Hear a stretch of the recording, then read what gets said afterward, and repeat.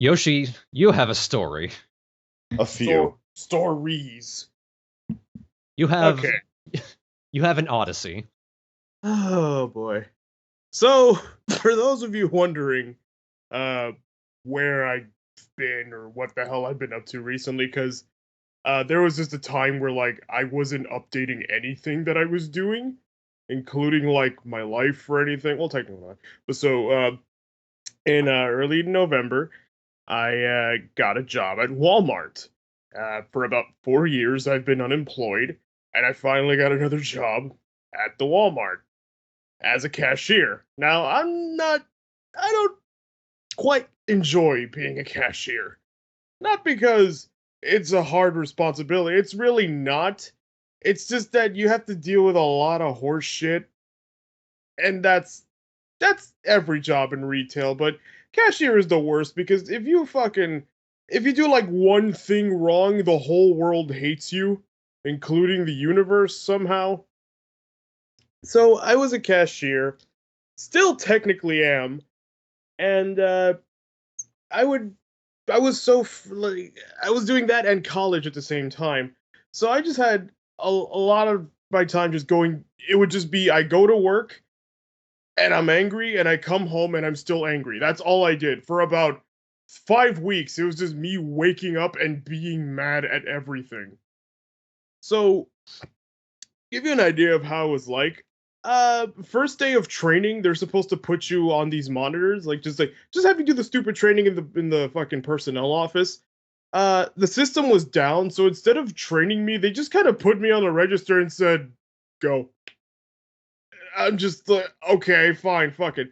So I'm training with this person, and I've trained like four other fucking people, and I clearly don't know a goddamn thing. Like it's been years since I was because I used to be a cashier at BJ's too, but it's been a 4 year gap, so I remember very little.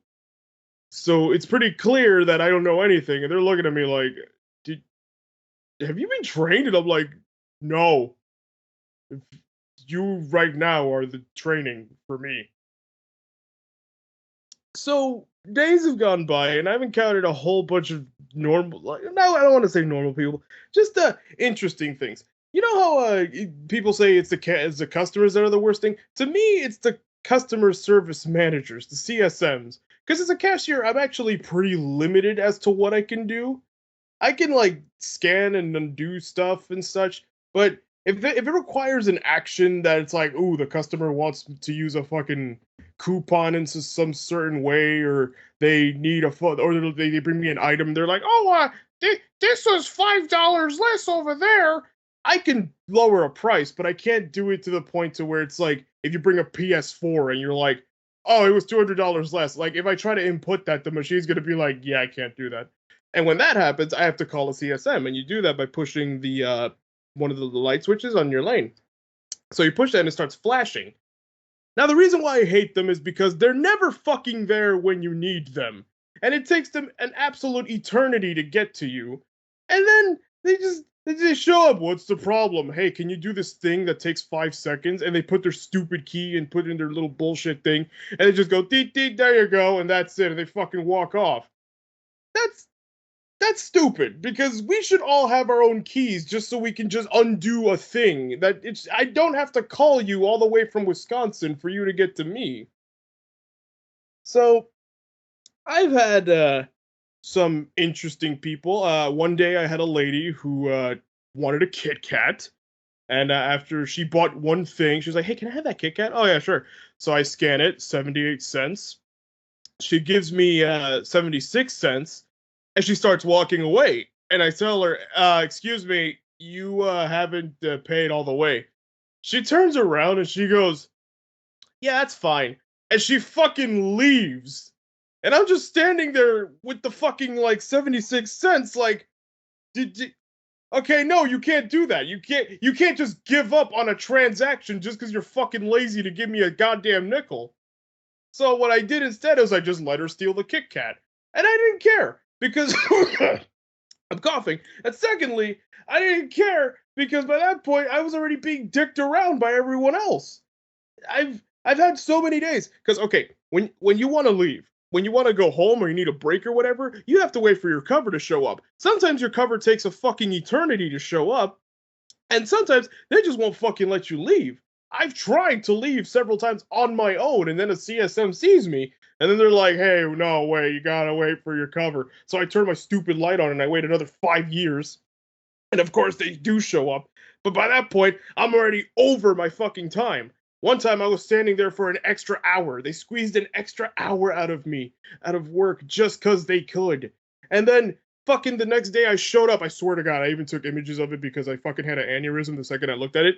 I go into the fucking room and I clock in and I see a fucking piece of paper with names printed out. And it specifically says, no overtime allowed. Stick to your schedules, you guys. And I'm like, my name better not be on that fucking list. And then I look, and I see my fucking name on the list, and the time I fucking wasted. And it says 1 hour and 37 minutes. But here's the thing, that's not me trying to win overtime. That's me trying to go fucking home, but you won't fucking let me. So, I had another guy come up to me one time, and he swipes his EBT card. Okay, EBT, whatever. You swipe that, you pay your food. It doesn't pay for everything. You can't pay off. You can't. Everybody who owns an EBT knows it only works for food. You can't buy a fucking electronic. Not like the people at Fox News say. They're retarded. They don't know anything. So he brings his things, swipes his EBT card. $5.95 is left. And I was like, all right, swipe your card if you have one. And he swipes a card, and the machine tells me that the food stamps total is 0. So I look at him and I'm like, you already swiped your EBT. So he swipes his EBT card a third time. I already know this is going nowhere, but unless I have to fucking hold up with it, all right. So he swipes it again, and then I tell him $5.95. He just kind of looks at it and he goes, no. And he fucking walked away. He just walked away. There's still $6 left. You can't just give up. You can't just look at it and be like, and just fucking. You have to pay for the shit. So I'm telling him, do you have cash? And he's like, oh yeah, I do. And he gives me a fucking 20. And my mind fucking exploded because the shit in total wasn't even. It was less than $20. Why'd you swipe your EBT card if you had your own $20 right there? You could have just fuck him. So I got a whole bunch of like interesting people. I say interesting in quotes because they're just really stupid. I had somebody give me a coupon from Bob's Furniture. We're a Walmart. You can't do that. One time I had one of the CSMs ask me, she's like, "Hey, are you 18?" And I'm fucking taller than her, by the way. I'm looking down at her like, "Yes, I'm 22." Okay, you can get on register 16, because register 16 is the one that sells all the cigarettes. So occasionally I'd be there and I'd have to fucking learn cigarette brands because I don't smoke or drink or do anything cool because I suck. So I'm kind of just sitting there behind the register, and sometimes somebody will come up and be like, hey, yeah, can I get a pack of whatever the fuck goes? And I'm like, oh yeah, sure, let me see if I can find that. And I have no idea where it is, so I have to help. They have to help me because I don't know what it looks like. So for about 5 weeks, it would just be me getting mad and just wondering why I'm here. Just big fucking, absolute worst. I had a shift that started at 7 in the morning and didn't end till 3, and I didn't sleep at all that night. So I go there and it is a ghost town. Nobody is fucking shopping for anything at 7 in the morning at Walmart. So I'm just standing there with no sleep, looking at my empty lane. I got the cigarette lane, so of course. And I'm just standing there thinking, it would be amazing if I died right now. Actually, no, I actually had that thought while I was in my training. And it was just kind of like a bizarre thing, because it was kind of like, good timing, I guess. But I was in the training room and I was doing the training, which, by the way, the training is also stupid because half the shit they train you for isn't on the fucking machine. Like, I had to learn a lot of the things on the register by myself. So they make you do training for positions you didn't get picked for. So if I'm a cashier, I have to learn how to operate a baler just cuz. So I'm doing the thing on the machine, just mindlessly answering all these multiple choice questions. And I'm just kind of like spaced out because I've been doing it for hours and I'm just clicking things. And all of a sudden, like, the radio started playing a Smash Mouth song. It was the I'm a Believer. So that song is playing in the background while my mind is just gone. And I'm just thinking, it would be amazing if I just fucking died right now. Not like in a suicidal, just like it would just be an interesting side thing that happened on my day. That I'm just like sitting there clicking. Oh, that's interesting. You can use a coupon. I'm a believer, and then I just fucking explode. Like that's what I wanted to happen physically because I just did not care that I was functioning right now. Uh, well, there was Kit Kat Lady. There was there's times where people leave their shit on their register. No, my favorite thing is when the customers like they buy a thing and then I put it in their bag for them and then they just walk away. Like they don't take the thing they purchased. They just walk away. And I watch them and I'm like, "Sir, your bag. Oh, I'm sorry." And sometimes they're texting or whatever or on their phone or some shit. But at the time, they're just here. Sometimes they just literally throw their money at the Walmart and just go away, which is stupid. Have you ever had a time where that happened with like a fucking bunch of groceries, like a couple $100 worth? They're just like, bye.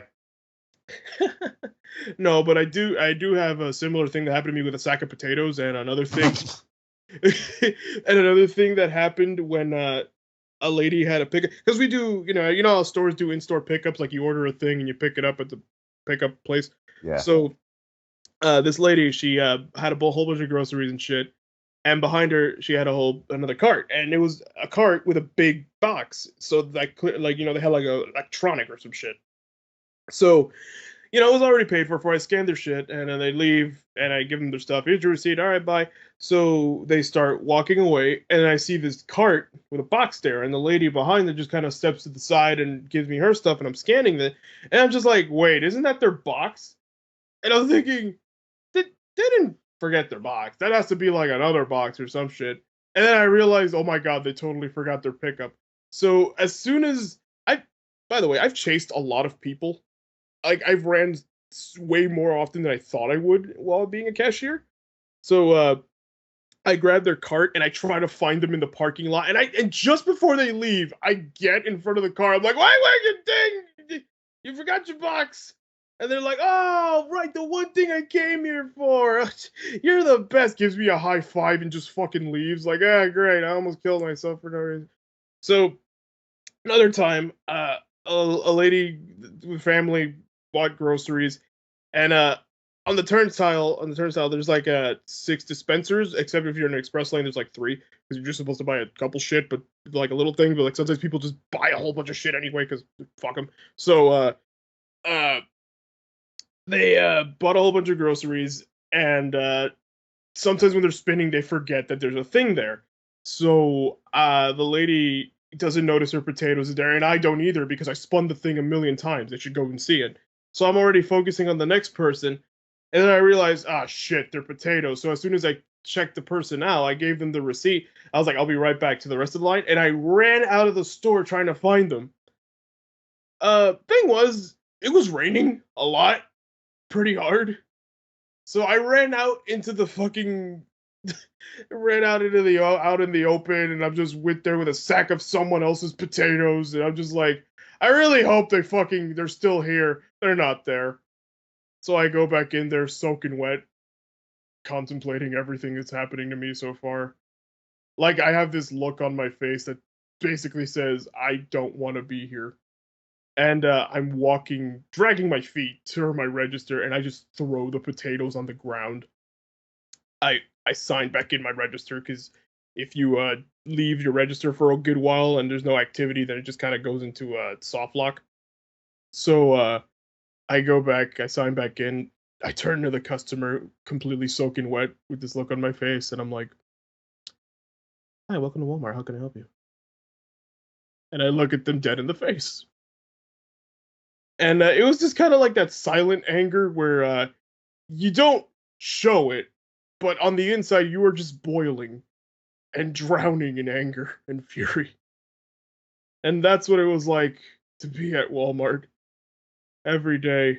It was just... Oh, let me tell you about zoning. So, zoning is a thing. I keep remembering shit that I hated about the place, okay?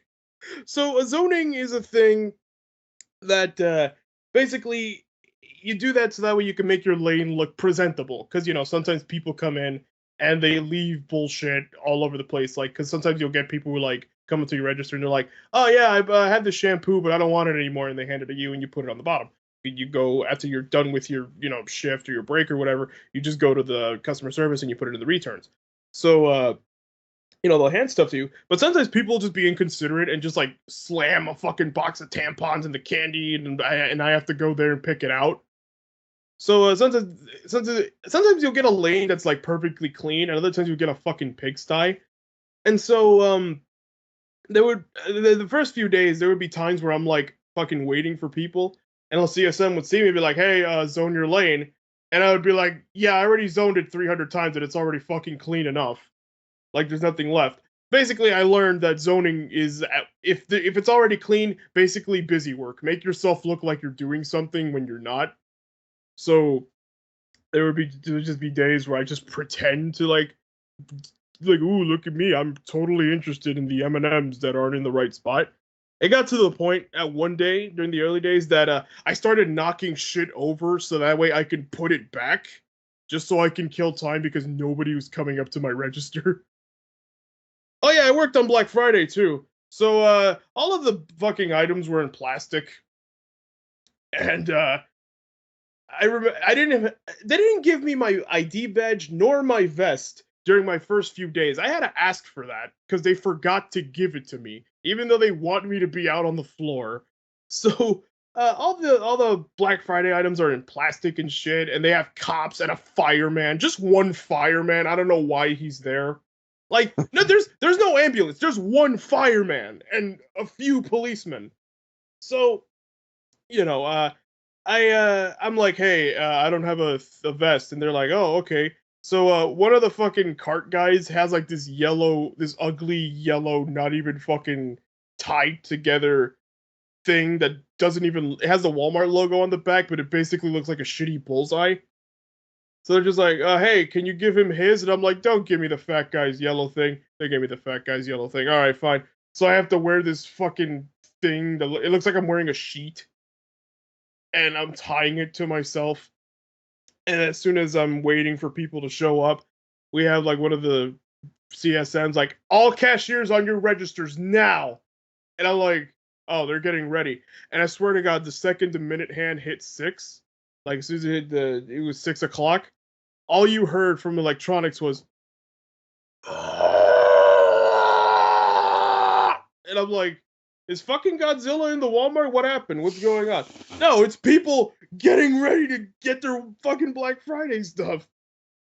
And that was interesting because basically in a few seconds you just had like people running to the lanes. And like the first guy I got was like not only did he somehow have the time to do grocery shopping, but he also somehow got some electronics, and of course he came to an express lane. And an express lane is like you just gotta 20 items or less. And I'm doing that, and this guy wants to register for a credit card, and that takes a while. And I'm like, no, not on fucking Black Friday, you dipshits. You can't do that now. But he wants to do it, so he's holding up the line. Oh, God. It was worth working on Black Friday, to be honest, though, because they gave me a voucher to save 50% off, 15% off of purchase. And I used that to get my PS4, which was on a bundle, and I got that. And it's still in my box, and it's actually still in its Walmart bags, just sitting there like, I can't wait for him to play me. Oh. What'd you get with it? I got the Uncharted bundle because I never had the third game, and I figured, fuck it, why not? I didn't want the Star Wars game because I'm not a Star Wars guy, so. I heard it's not very good. And there wasn't, I think there was like a Batman one, but it wasn't in my my Walmart. Oh. And I basically only had 2 days to use that voucher anyway, so it was like, if you don't use it in 2 days, this voucher goes to shit. Good. I didn't get anything for Black Friday except Tired. Oh boy. What else? I feel like there's more things, but I just cannot remember 'Cause it's just like a bore. Just fuck. Mm.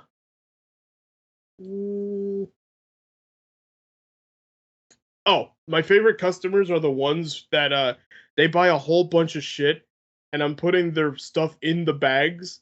But like, remember how I said that like most registers have like 6 dispensers? Sometimes they'll be too focused on putting their shit on the conveyor belt that I'm running out of room for me to like put shit in the bags, and I need them to put their stuff in the cart, and so that way I can reload and keep going in a nice pace. Sometimes I get people who they'll give me like a truckload of shit, and they're just kind of looking at me while I'm doing this shit, and like the turnstile is just covered in bags, like, and I'm looking at them like, please get your bullshit for the love of God, and they just will not. And so I have to improvise, and I have to like put shit on my legs, and sometimes to the side to my right, or like place this here. And I'm just watching this lady like, please take your crap, just take it, and they just will not until they pay. I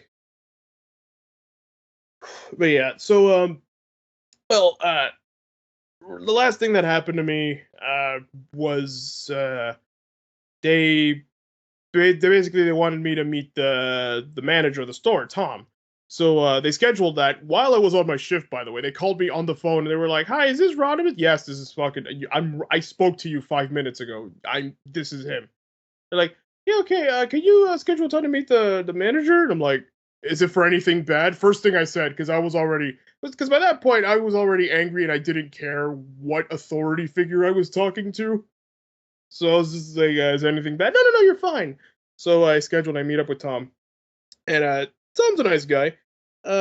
We sit there, and I just remember another thing. So we sit there, and we're talking, going back and forth about you're like, "Oh, I've been working for Walmart for 15 years," and I'm thinking, "Oh, that's super sad," but oh, it's great. So, he's going on and on about like, "Oh, of the 125 people, you're one of the 25 who's had perfect attendance," and that's kind of not true, actually. I do have perfect attendance, but one day I got in late because I fell asleep, and I looked at the time, and they called me like, "Hey, where the fuck are you?" And I'm like, "I overslept." And then there's just like a silence on the phone, and they're like, "So are you coming?" "Yeah, I'll be right fucking there." And I had to get a bus. And anyway, so he's basically telling me that yeah, Walmart is usually scheduled to pay for like 4,000 hours. We're currently doing 10,000, and we just have to start letting people go. And like even like full-time people aren't capable of actually getting good hours either. So he basically just told me, "Yeah, we have absolutely no hours to give you, but we're offering you a position that this happened last year where one week we let everybody go, and then we kind of brought them all back. But he offered me a thing like, hey, if we do call you back early, there's a Walmart in New York that we is having trouble finding people." And I kind of had a hard time believing that because a few weeks ago I actually went to New York to see the Rockefeller tree. It's disappointing, to be honest. Really not. What a shitty tree. Anyway, so I found that hard to believe because there's just so many fucking people in New York. But I'm like, all right. He's like, okay, so would you be willing to travel to New York and work at the Walmart? And I'm like, yeah, sure. I guess I can find a bus. He's like, no. You come here and then we carpool to New York. I was like, yeah, sure. Why not? It could be fun. It's a job, so I'll do it as long as you're driving and paying shit. So he tells me that somehow I managed to make the conversation about Jennifer Lopez and WrestleMania. I don't know how the fuck I did it, but I got the manager people to like me. So there's that. They're just like, "Hey, stand by your phone, and we might call you back." And that was a few days ago. So technically, I'm unemployed, but I'm kind of not. Like, if I don't, they said the latest that I could get a call back was March 1st. If I hear nothing back, then I'm basically done. But yeah, that's about it. I also made a new friend there. His name is Dan. Pretty cool guy. I went to his house.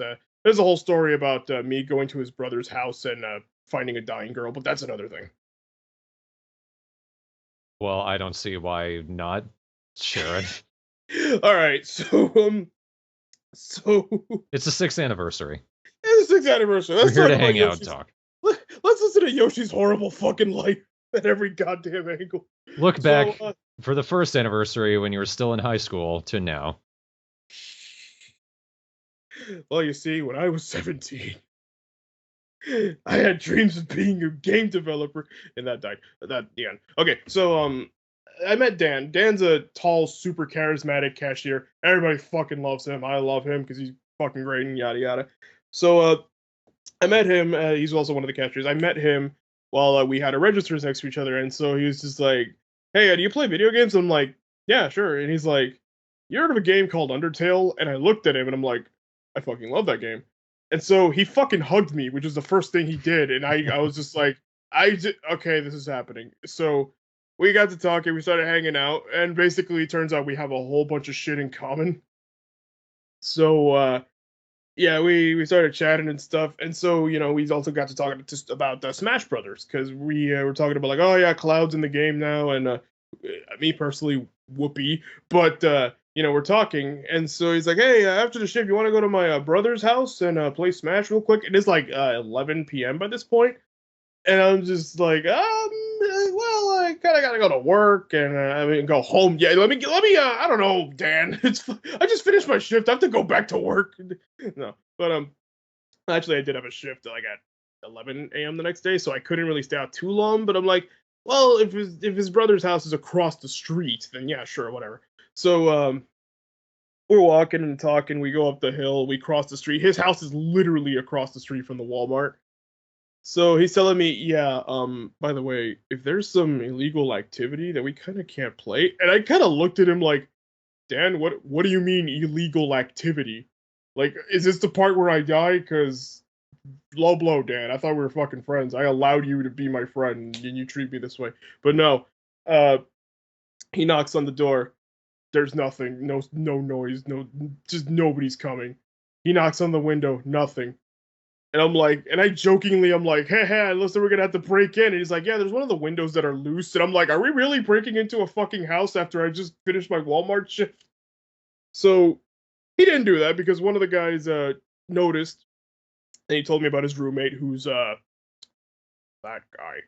So we go inside. I go into their room, and I step inside, and the first thing I see is like, well, table and like, well, the room is like filled with nerdy shit. They're nerds, but table full of amiibos. They're playing Smash Brothers right now. There's a bong right there, and there's three people eating the same exact Chinese food order, eating at the same exact time. So I looked at Dan like, Dan, where the fuck am I? I was just getting mad at a customer a few minutes ago, and here we are in a house with a guy I barely know. So fucking, so I meet their his brother and his brother's girlfriend and his brother's roommate.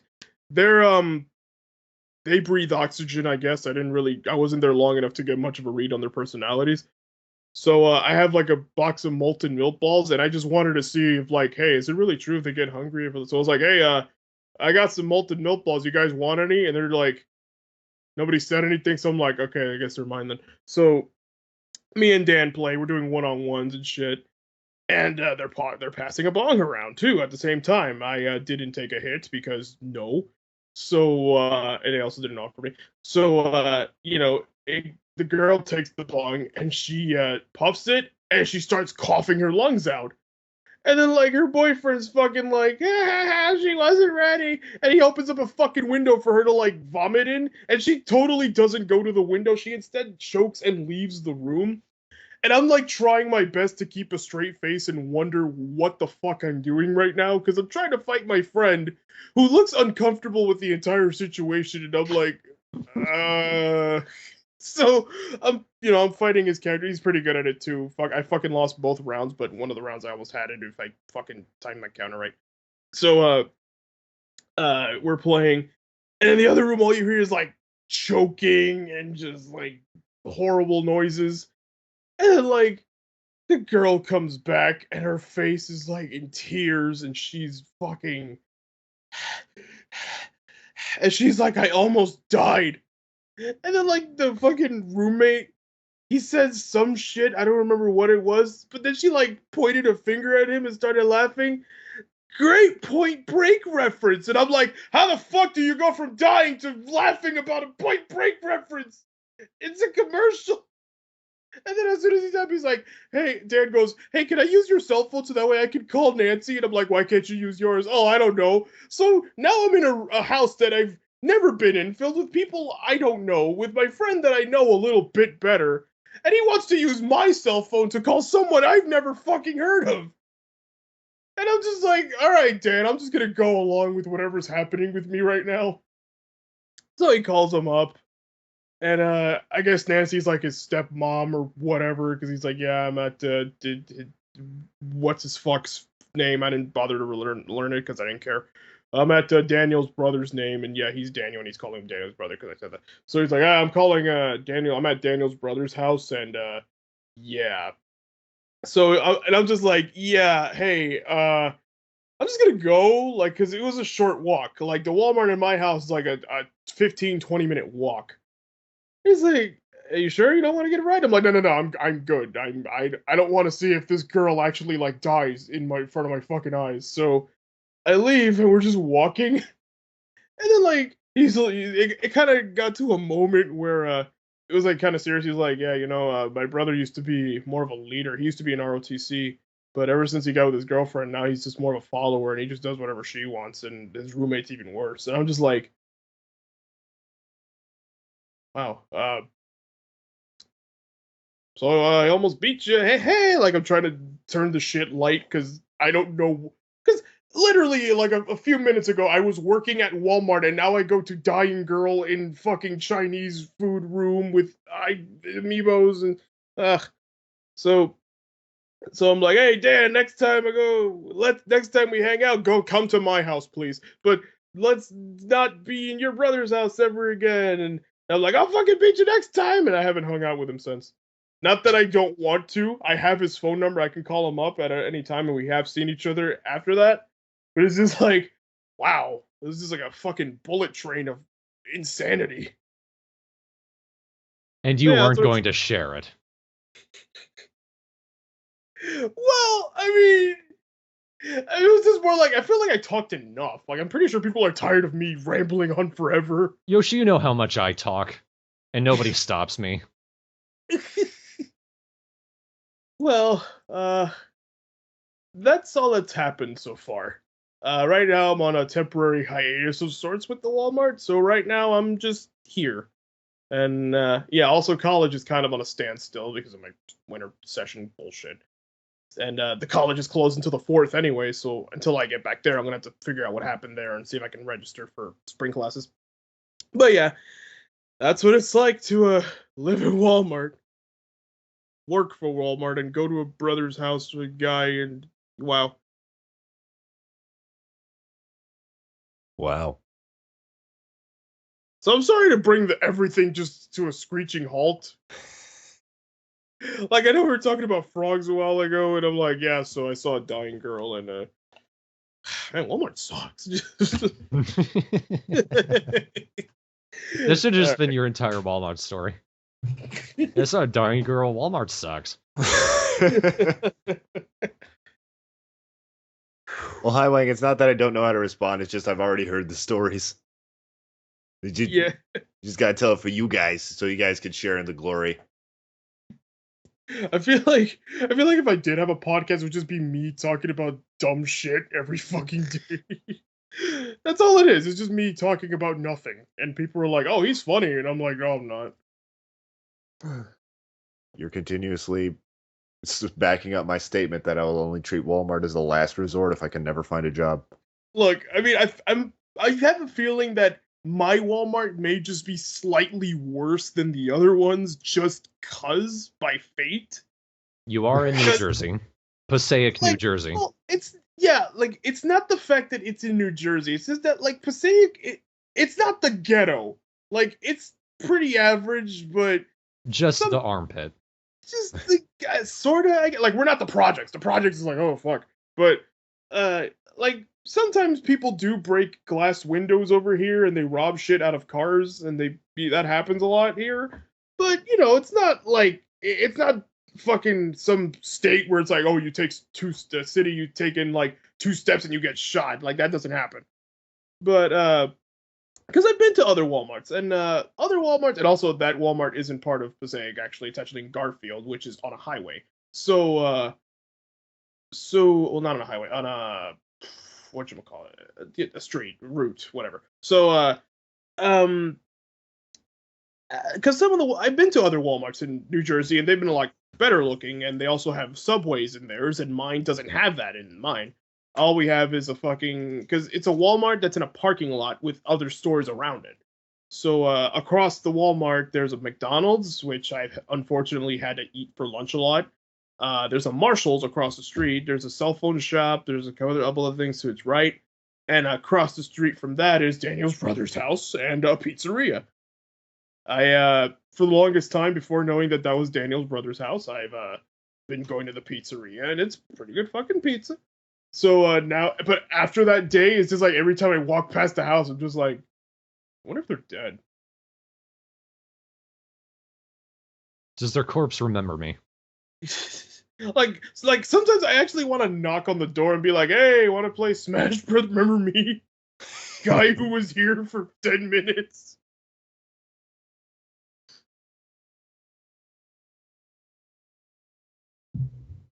Well, I'm kind of glad my life isn't more interesting. Oh god, I really I wish I had like the fucking what if machine from Futurama just to see how you would fare working at Bell's under my fucking managers. Like when I started working at Bell's, like I had 5 managers. 4 of them were awesome. There was one, I mean, she wasn't even that bad. She was just she speaks in a condescending tone. She's one of those people who talks in a really condescending tone, but probably doesn't realize it. So, I mean, she wasn't even that bad. But like they were continuously leaving. One left, a new one came. She's really cool. Someone else left. A new guy came. He's the only male manager. He's just a perfectionist guy who also speaks in a really condescending tone. Nobody fucking likes him.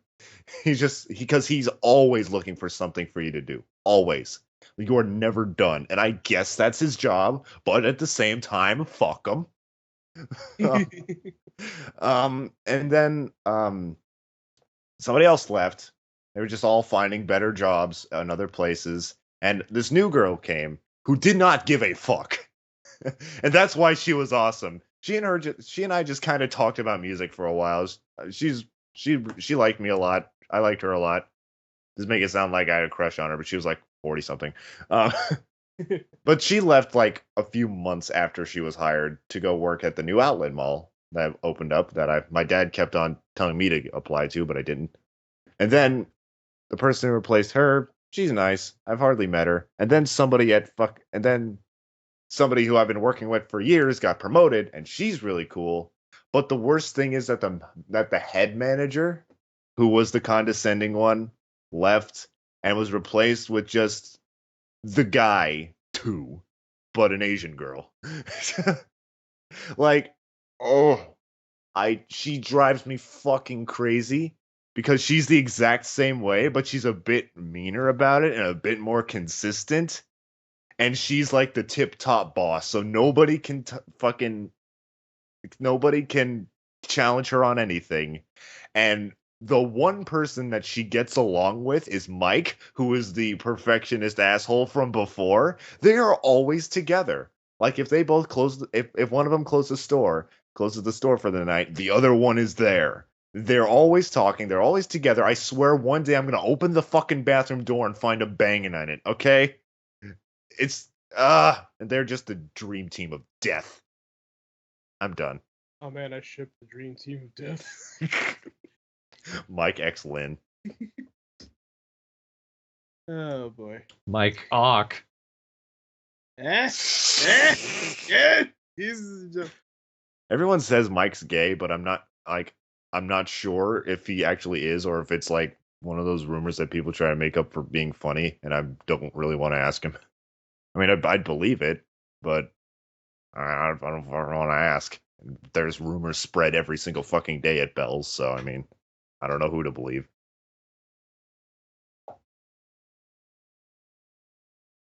Anyway.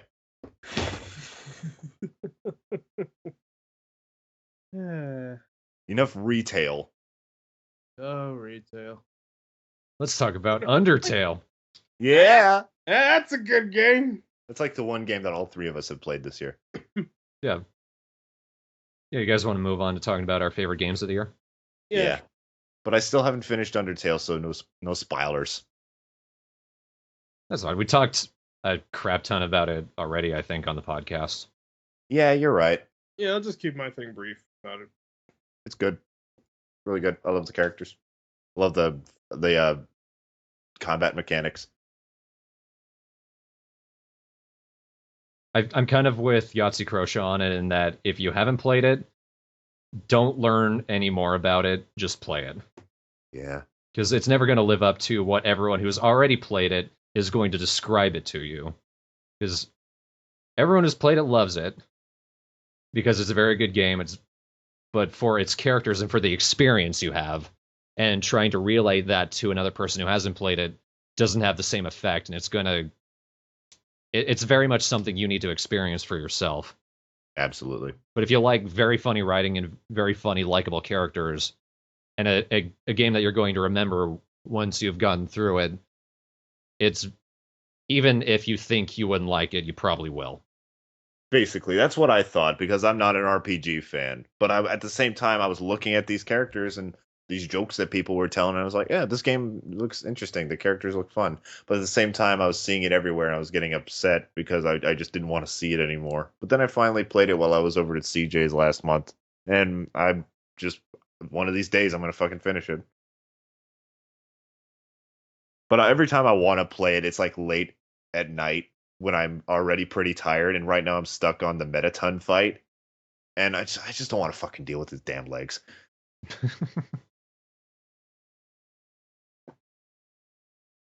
All right, Oh no.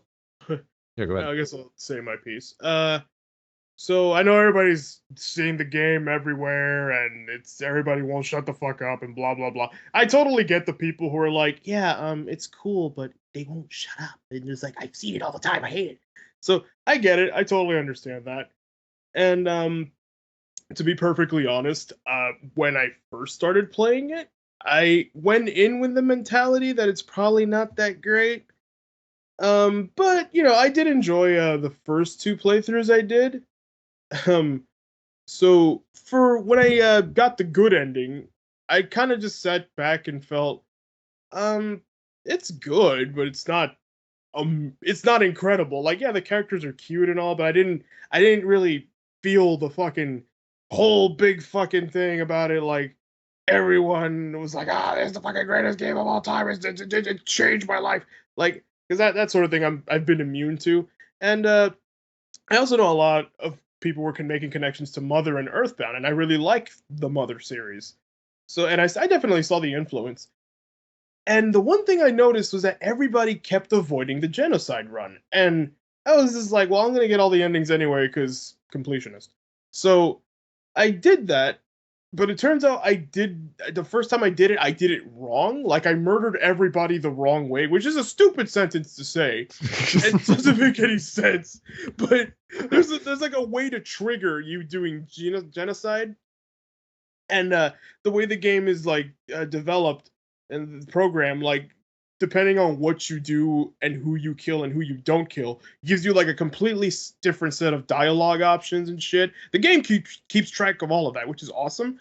But so I killed them wrong the first time, and I'm noticing, this is kind of creepy, but this isn't what I wanted.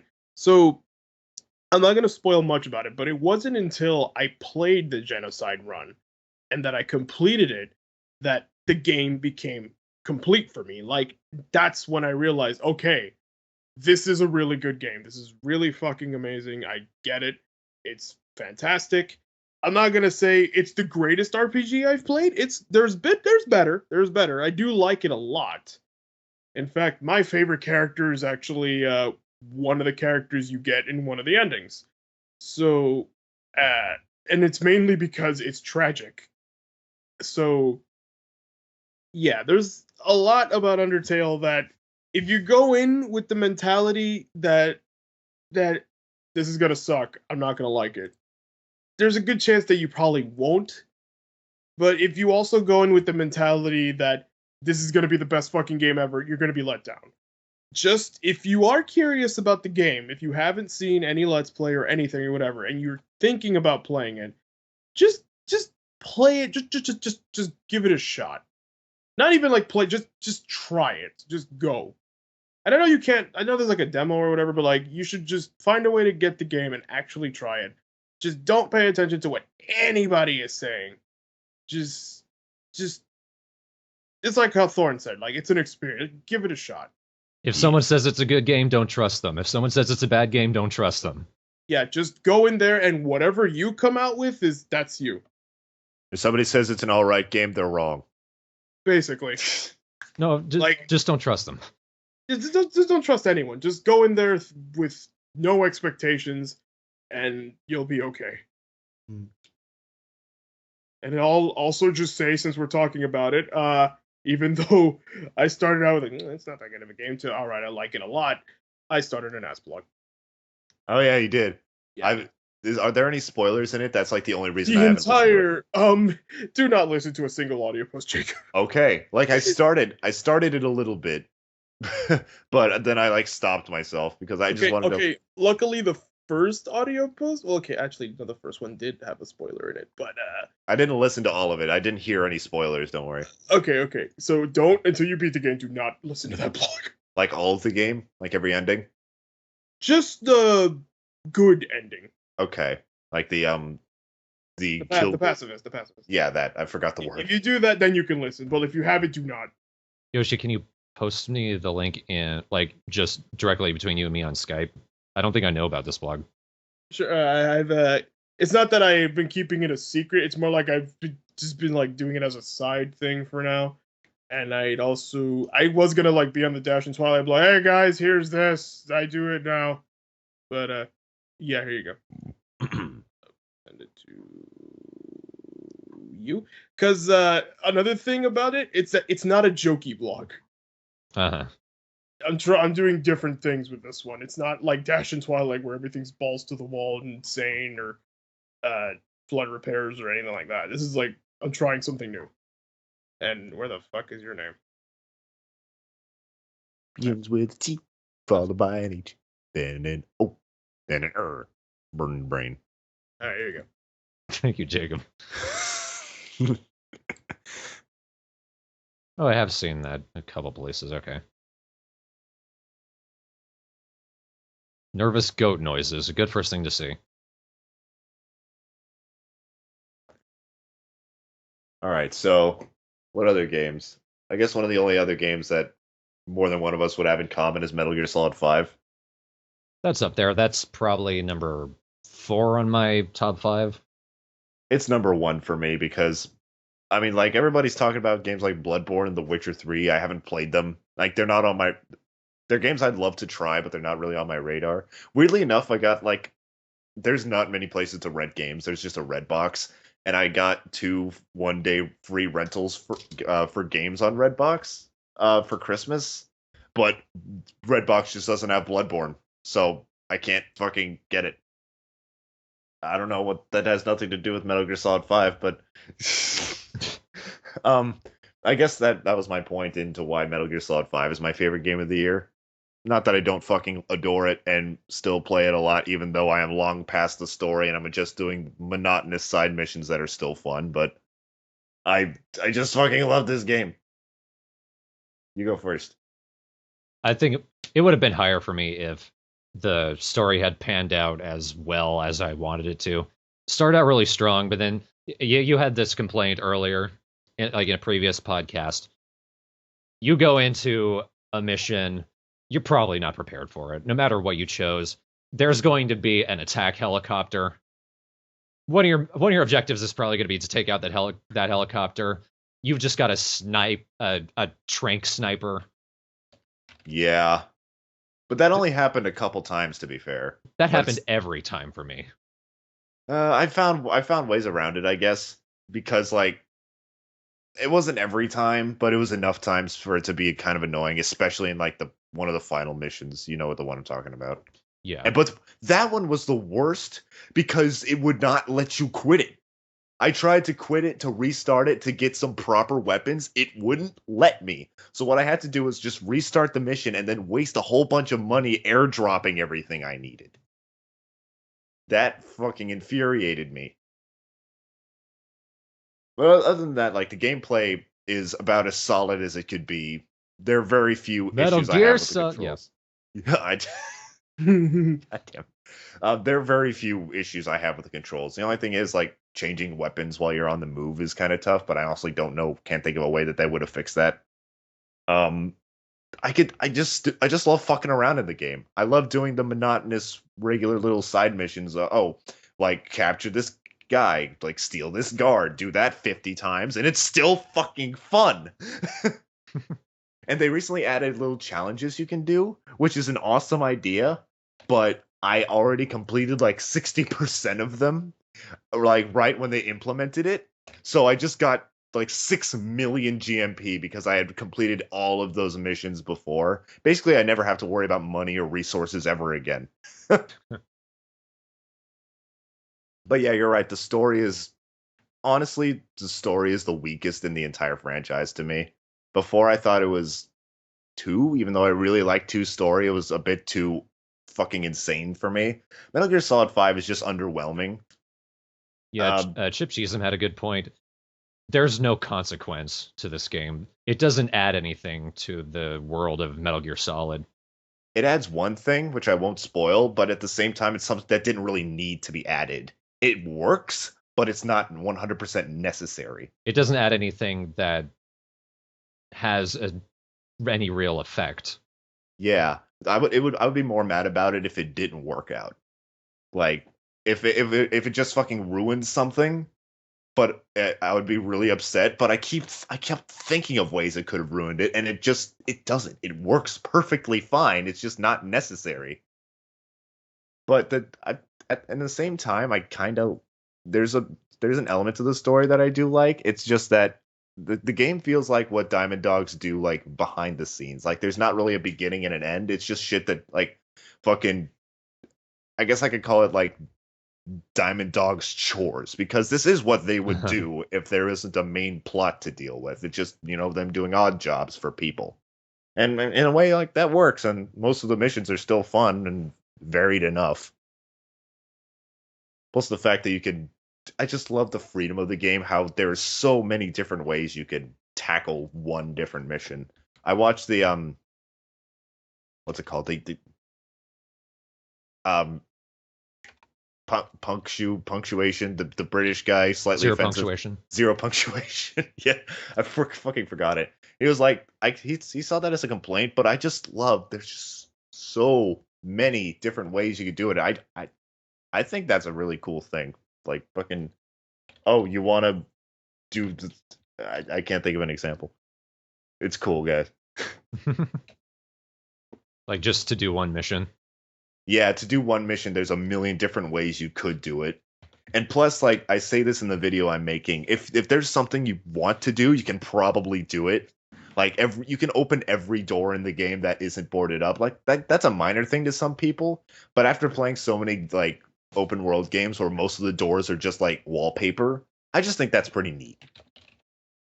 I just like that the things you can do in each mission, the game actually keeps track of them, and it's not like with previous games. You could do a game where you just run and gun, but then you would have a terrible score at the end because it wants you to do stealth. This game, if you just go in, first thing you do is ride the copter into the middle of a landing zone, surrounded by guards, and shoot everyone with the turret. The game will give you points for what you did. Yeah, I think in a way like that, it improves on Metal Gear Solid 4 because Metal Gear Solid 4 wanted you to be stealthy, but it was almost beneficial to not be. In this game, you could do either, whichever one you want, and it'll still be beneficial for you in different ways. Like, oh, if you run and gun, it's really dangerous and you'll probably die more often. If you're really sneaky, it'll take longer, but you could also, like sneak up on people, tranquilize them, steal soldiers, get a higher level, all that stuff. And I prefer stealth because the stealth in that game just works so flawlessly. Also, I love how the CQC was simplified to one button because Metal Gear Solid 3's CQC was bullshit. I could never figure it out. But now everything is one button and it works flawlessly. Good game, got problems, but still good enough to get become one of our favorites for the year. Yeah. Let's see. My top 5, my number 5, that was number 4. My number 5 is it's a little indie game, indie somehow yet through Ubisoft. I don't understand that, but it's called Grow Home. If anyone knows about it, Oh, yeah, I've heard of that game. it's a very weird little game, but quite addicting. What it is it's kind of a physics puzzle game of sorts. Well, like you're a little robot who's been sent by a space drone onto this planet. You need to you've been sent to this place where there's this plant that grows gigantic, like all the way up into the higher atmosphere of this planet. You need to stimulate that flower to grow so that it can bloom out in the stars and then collect seeds from it. So what you do is and this entire game, you're playing a little robot that cannot move normally. It just waddles around wackily. It's so slippery, but the game works with it because you can grab onto anything, and the game uses the control sticks to control where you move the hands. So you're climbing everything. You're collecting all these crystals to increase your abilities, and when you've collected all of the crystals, you get an infinite jetpack, so you can go everywhere. Usually that's the end of the game, but even then, as it goes, you get a jetpack. It increases its skill. You can unlock costumes so that when you jump crazy high, so you can get really long distances. And what you're doing is, as you climb this flower, there are these little red flower buds off to the side. You stand on them and you somehow just will them to grow. So you're riding them off into the sky and trying to get them to hit these little asteroids that are glowing. You hit them, that the little flower buds sap energy from those into the star or into the flower, and that's what causes it to grow up into the sky. So you're starting out really small. You can still see the ground, and then as it goes up, every single little ounce of energy that you put into the flower, you get so high that you can't even see the ground anymore. And if you slip and fall and you don't land somewhere, the game is going to be like, going way too fast. You hit anything, you're going to die. Activate your jetpack. Little things like that. But it's kind of awkward to control, but it knows that, and it's built around that. And you can beat it in a few hours. I beat the whole thing in one night. It was extremely addictive. And then I realized there was an additional thing I could do. There are teleporters around there. Obviously, you don't have to climb all the way back up. But you can actually bring different flora and fauna from the planet into the teleporter, and it'll scan it. If you scan everything, you get additional skin. Fuck that. But I did get all the crystals. There's an additional bonus mission after you grow the flower up into the sky. And it's a remarkably impressive game for something that's so minimalist and kind of awkward. It knows what to do with it. And I was impressed by it. It's a pretty cheap game if you guys want to check it out. I've actually been thinking of going back and doing a full LP of it, a relatively short one. I'll think about getting it. I have seen gameplay of it. I just thought it was one of those, really... well, apparently it is short, but one of those, little hour-long story-based games that has quirky gameplay. It depends on how good you are. It took me all night. Oh. I kept falling. But again, the game isn't built. It isn't built to convenience you. I get you. But it is fun, and I recommend giving it a shot. I might someday. My number 3, which I'm pretty sure is on your list somewhere, Jacob, Fallout 4. Yes, that's number 2 for me. Fallout 4 was a very fun game. I loved Fallout 3. I know fans of the first two games didn't like Fallout 3, and I understand some of that. It is just a first-person shooter. Apparently, the subtlety from Bethesda compared to the original devs, Bethesda doesn't know what that is, and I get that. But Fallout 4, it when it comes down to it, the changes they made, there are plenty that I actually really like. Like when you come across junk, you can bring it back to one of your base camps and actually use um, different pieces of it, like screws or plastic, for weapon mods and armor mods. So every piece of junk that you find has a purpose, unlike the previous games. And then, but there are about as many changes that they made that I didn't like. I didn't like how simplified the dialogue system was. I didn't mind that the main character talked. I thought that was fine. But like, you didn't get to see what you were going to say, and then made deciding what you were like, what dialogue choice you'd make. That was kind of a coin toss. And then at the end, most dialogue choices get you to the same place anyway. It felt cheap. But everything fun about Fallout 3 and New Vegas's gameplay is in there. It crashed only once for me. I know some people had problems with it. I played it on Steam, but otherwise it ran like a dream. Using a mini nuke on a Mirelurk Queen. Mirelurk Queen, one of the freakiest things that, like, and I played Bloodborne, but that was one of the, oh my god, moments of the game. Fuck Mirelurk Queens. But you finding, in fact, finding Mirelurk Queens just out on the beach somewhere, that happened to me once, but then it became awesome because I had a mini nuke, and if you use the mini nuke on a Mirelurk Queen, they're not going to survive that, and that was great.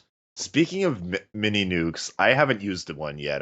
I'm trying to save them as much as I can. I probably should have used one on the Mirelurk Queen. I somehow killed it without using one. But at one point, I found a legendary enemy, which was carrying a fat man. But it was a special fat man that did extra damage to animals. I don't want to fucking nuke a cow. That made me so upset. Like, oh shit, a fucking mini nuke launcher with a special ability. Oh, you can fuck up a deer. Like, absolutely destroy it. Like, I don't want to do that. You will anyway. No. Like, I hate it actually when Codsworth goes to attack a fucking radstag who isn't doing a damn thing to me.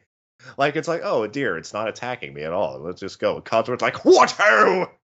Starts fucking chopping it up, and it makes me sad. I don't want to kill it. You get good stuff from it. But yeah. Yeah, I love Fallout 4. I played Fallout New Vegas at one point, on a stream. I didn't really like it. I think it was 60% because the game is so fucking ugly. I hated looking at New Vegas. It was just, I know it's a desert, but so is Metal Gear Solid 5, and Metal Gear Solid 5 is gorgeous. Yeah. But New Vegas is such a disgustingly but ugly game, and I don't like looking at it. Fallout 4 is beautiful. I love all the colors. I guess kind of it's a novelty that I've been to Boston a little bit, but actually the game looks like that Boston looks nothing like the real Boston though. Yeah, which disappointed me. I was looking forward to it. I remember at one point I found Cambridge in the game, and I wanted to go to Weirdo Music Shop. It's just to see if I could find a picture of a woman with huge tits. It'll make sense if you've been to Boston. Yeah. But I don't know if I don't know how different the gameplay is because I didn't get very far in New Vegas. I actually got Fallout 3 for the Steam sale, and I hope I'm gonna like that one a bit more. I'm gonna start playing it here soon. But I'm just having an absolute ton of fun with Fallout 4, and I love the weapon mods, but I also wish it wasn't so easy to get better weapons like from shops. Because at one point I found this shitty little hunting rifle.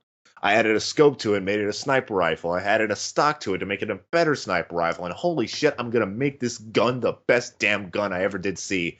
Then in a shop, I found pretty much the best sniper rifle you can get. And I was like, you know what? I'm just going to buy it. there goes my heart and soul that I put into this sniper rifle that I lovingly named Old Smelly. Well, now we got Old Smelly 2.0. Yeah, apparently a lot of the gameplay is Fallout 3 plus a lot of the fan-made mods for Fallout 3 that just put them into this game. Really? But, like, the fans tend to know how to make the game better than Bethesda do a lot of the time.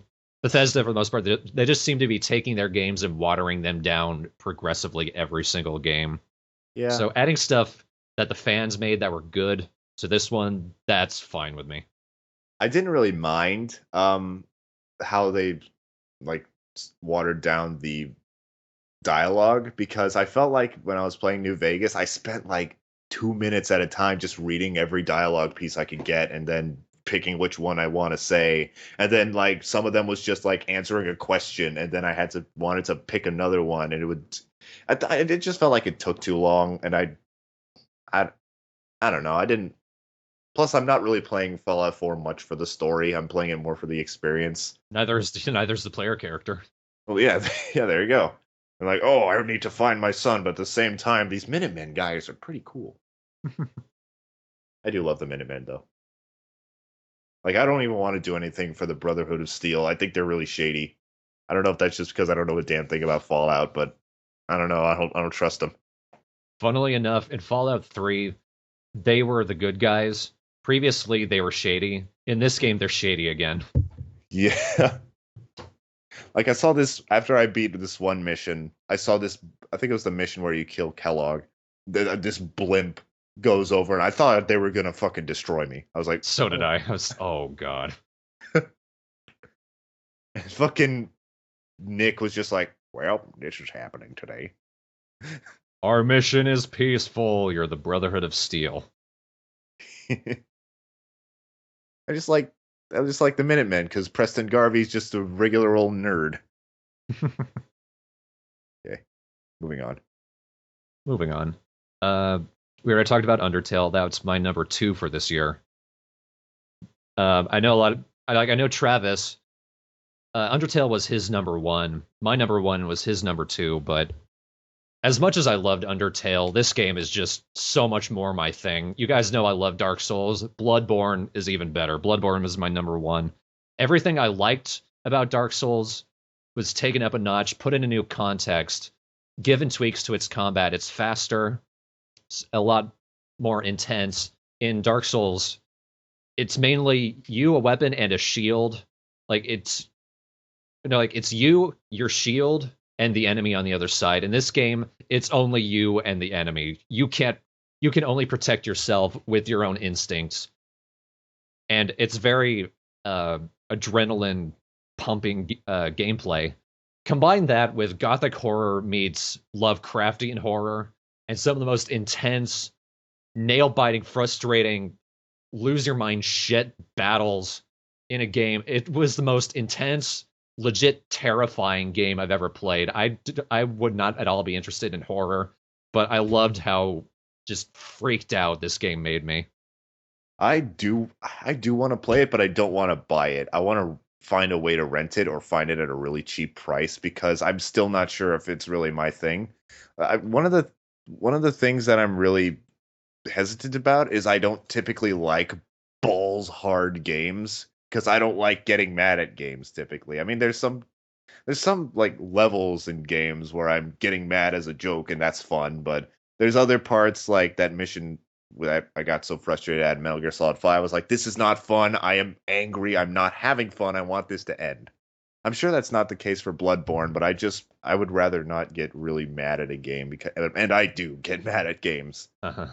So like games like, I like Super Meat Boy for its controls, but I don't like the fact that it is so damn difficult by design, because I like being challenged, of course, but I don't like getting pissed off because the game's trying to piss me off. Bloodborne and Dark Souls are not those kinds of games. They're designed well. Okay. They're smart with their difficulty. They're games that teach you to learn your surroundings, learn the combat, learn what the enemy does and what you can do to counteract that. To an extent, it's risk reward, because like you can dash around the enemies when they're attacking you, or you can wait until they're at this specific point when they're doing their wind up to use your gun, shoot them like a parry it in Dark Souls, and then that leaves them open. They'll go in this animation where they just kind of slump over. Then you can come over, your hand turns into this monster claw, and you just rip their chest out for a ton of damage. Damn.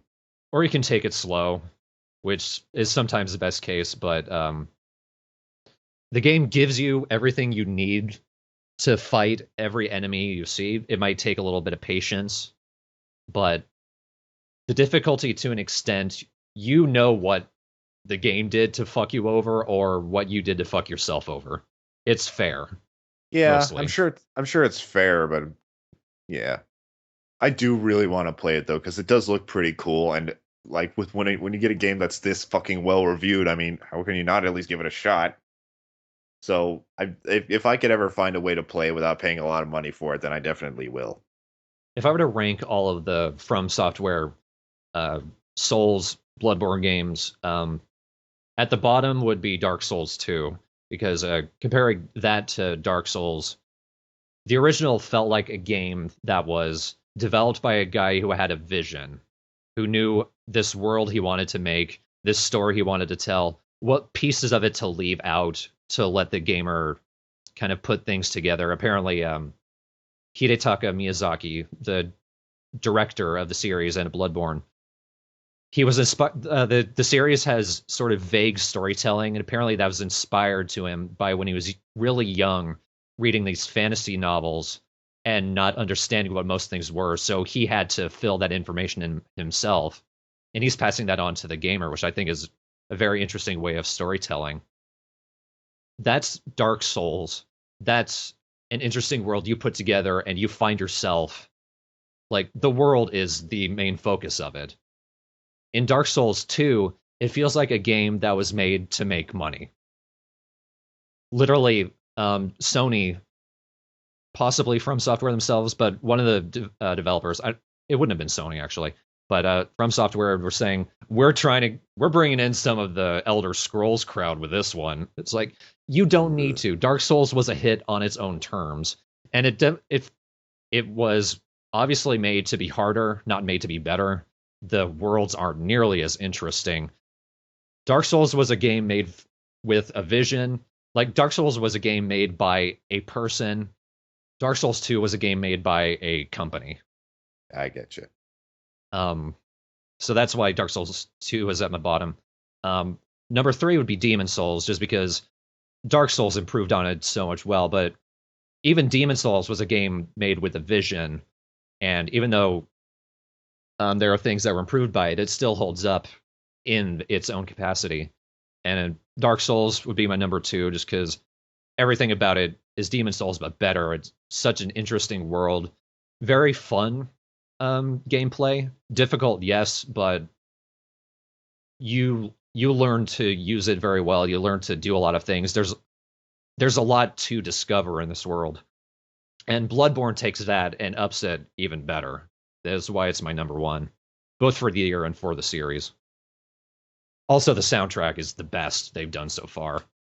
Like, Dark Souls 2, no track in the game is memorable. Demon Souls, the soundtrack is very interesting, but like the game itself, it's kind of weird and minimalist. It's got strange tones going on. One of the boss fights, it's just a chorus going, ha, ha, ha, ha, ha. At first, I thought you were going, ha, ha, ha, ha, ha, ha. Same. It's Tower Knight. It's Tower Knight. He is gonna stomp onto your face. So Bloodborne is a part of the Dark Souls series, right? It's barely a series. Like, they're loosely connected, just in gameplay themselves. There's no connected storyline except for between Dark Souls and Dark Souls 2 and Dark Souls 3. The rest more connected in their mechanics. Okay. But I'm gonna have to get into it because it looks cool, and I figured, well, if I'm gonna get an exclusive for my PS4, it might as well be that. This is the PS4 exclusive so far. Wow. Dark Souls itself, like, that soundtrack, very memorable, even bigger than Demon Souls. But Bloodborne some of the boss fights, like Cleric Beast and Gehrman, and Travis earlier mentioned he mentioned Gehrman. One of my favorites is Father Gascoigne. Both like those two, him and Cleric Beast are two of the first bosses you meet. Those compositions feel like actual classical music songs, music made on their own, not just meant to supplement a boss.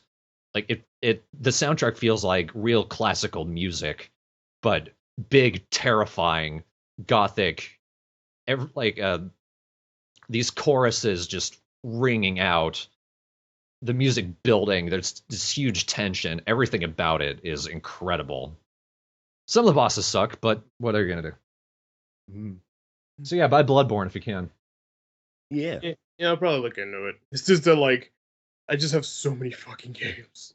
They're just sitting on a list. Like, he's gonna play us, and the list just gets bigger, and I'm like, I need time to play all of you.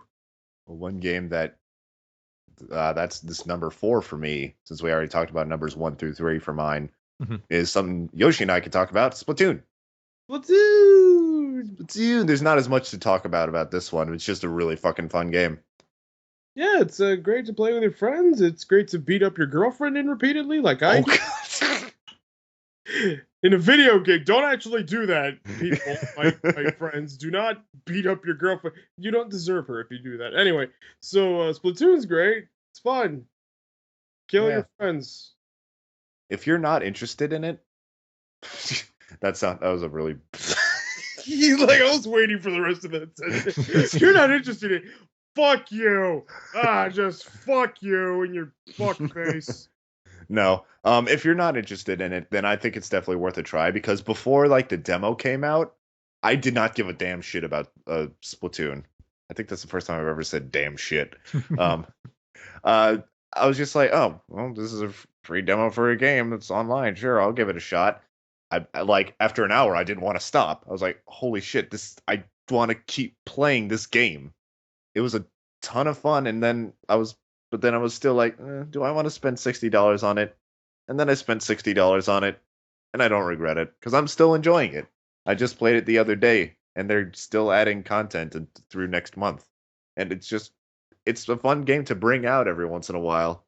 Yeah, that's another thing. I can always come back to it. It's just like, you know what? I'll just fucking get a minigun and kill everybody. Yeah. Like, it's not like, you'll play it, like, every day for a little while, and then you'll get tired of it. Then you'll bring it out once every few weeks, and then you'll still have fun with it. It's a game to keep around for when you're bored, and I think that it does that job wonderfully, because every time you play it, it's just as fun as the first time. Yeah. It's always fun to play with your friends, too. Don't just always do fucking random people. Yeah, it's for the Wii U, but, the Wii U is kind of amazing. I love the Wii U.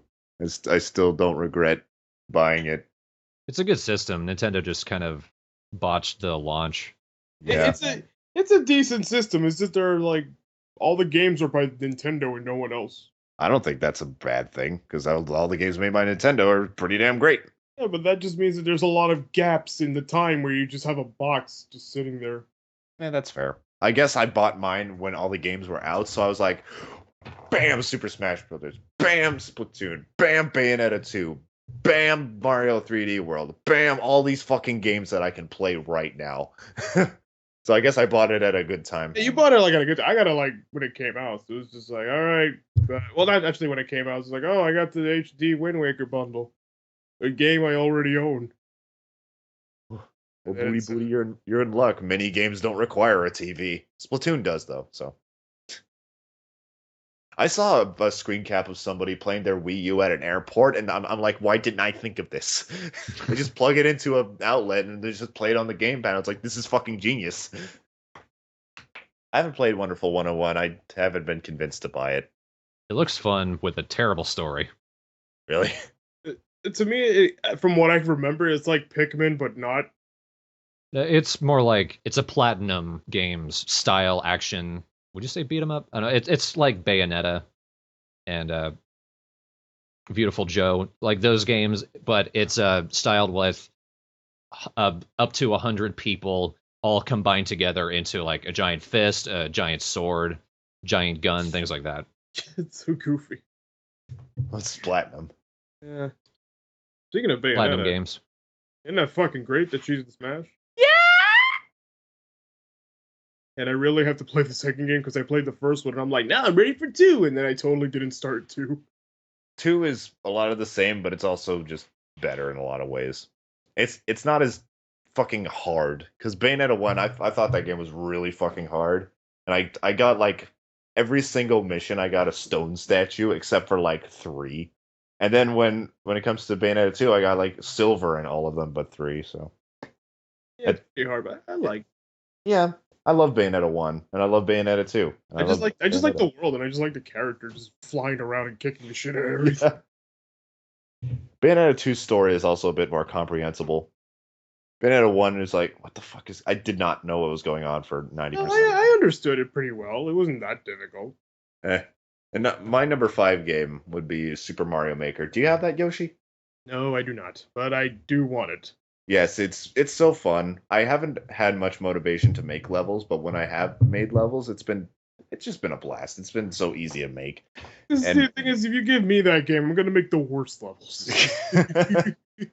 Like, I do my best to make like creative levels. Like, I haven't made a really super duper hard one. I mean, some levels have been hard to people who've played it, but I didn't make them with the intention of being like evil hard. But what was I saying? Oh yeah, I think that one of my favorite parts of it is the Super 100 Mario Challenge, which is basically you play through a set number of random user-made Mario Maker levels with 100 lives. You could choose your difficulty setting. A lot of people wouldn't like it because in between like scarcely finding good levels, you'll find some really new ones. But I found the bland like not really that the levels that didn't really have a ton of effort put into them. I didn't dislike them. I actually thought that like going through the easiest 100 Mario challenge was relaxing. I don't know. It's a good way to just like chill out, just play some ridiculously insultingly easy Super Mario levels, and just like kill 10 minutes and unlock an Amiibo costume. Yeah, I have a whole bunch of Amiibos that I should tap. But for me, it's not that I want to make super hard bullshit levels because anyone can do that. I want to make levels like if I was actually a real designer. Like, hey, we need you to make level 4-2, and I'm gonna be like, all right, so it goes like this, and this. Yeah, I do my best for that. I don't think I've actually reached the point where like I would actually want a lot of people to use my level as an example, but I do my best to try and make it interesting. Not really that hard. But one game that I actually forgot. It's not in my top 5, mostly because I did forget it, but I like the 5 more anyway. But you didn't forget it. I just now forgot it was Duck Game. Have either of you guys played that one? I saw you stream it. Yeah, Duck Game is a fucking blast, but it's really only a blast if you get some friends together. But God, every single time it's ridiculous fun. Like it's just like a Super Smash Brothers style game where with a whole bunch of weapons. Like the weapons are scattered throughout, so you got to rush to get like a good weapon and then do your best to kill all the other people on the screen. Everything is basically a one-hit kill. And just the way that things work out, it's just such a blast. Like there's not really a lot to say about Duck Game. It's just fucking fun. And if you don't know what Duck Game is, just watch some people play it, and I think you'll be convinced. Any other games for you guys? I only played 5 from this year. Oh. Yeah, I didn't get to play a lot. I played like 8. Well, I can quickly go over the ones I didn't talk about real quick. What else is there? I just reached the point in my life where I just like I need a break from games, and then like now that I do want to play video games again, I just am either busy. But now hopefully I'll start playing games again now that I have all the time in the world. Yeah, for a while all you were playing was Borderlands, wasn't it? Yeah, and I'm still doing that because I'm on the last DLC. Because here's the thing, I started replaying Borderlands because on a whim, I was like, man, I really want to replay it because there's some DLC for the first game I haven't done, and like my plan was I'm gonna replay the first one and the second one. Now that I fucking like I've been I am so sick of like Borderlands right now. I'm just like, let me just fucking play the file I have in the second game and just do the DLC and call it because I'm not doing everything all over because there's way more missions in that one. And I know there's the pre-sequel, and I'm looking at it like, Fuck you. I don't think anyone gave a shit about the pre-sequel. Like, it looks neat, I guess, but it's like, eh. Like, am I gonna get anything out of it if I play it, or? And then there's like the Tales series thing from Telltale Games. Is like, am I gonna get anything if I play out of that too? Like, I think I'm just gonna stick to as soon as I beat the DLC, I'll just call it.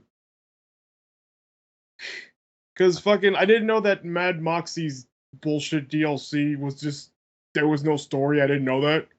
So it is just you mowing fucking enemies forever to the point to where you're brain dead. And I didn't realize that until way too late. Because I unlocked the last 3 parts and they're just like endless fucking waves of me killing things, and I'm just so tired and bored. Like, it's one thing, like, mindless fun is okay, but when you're having the fun, like, when you're just like constantly in that state of just killing shit over and over again, that you don't care what's happening, that's horrible. That's not fun. That's just wasting time. I cannot remember the rest of the games that I played this year. Five Nights at Freddy's 3, I didn't like it. Just that one was this year. Because it feels like they all came out within a month of each other. Well, it came out within a year of each other. The only 2 that came out this physical year was 3 and 4. I didn't play 4, but 4 looks fine. I didn't like 3. I thought it was fucking frustrating, and it was made mostly for story, but all the story was buried under the most cryptic fucking Easter eggs you'll ever see. So I was like, I don't like it. I didn't even fucking finish it. I just watched people do the story, and the story's interesting, I guess, but it's a pain in the ass to get to it. I cannot remember the other games I played. I have Batman Arkham Knight, but I need to finish Arkham City first before I can play that. I haven't even taken it out of the cellophane yet. I can't fucking remember. There was like 2 more. I just have too many games that are just new and they're plastic just sitting there.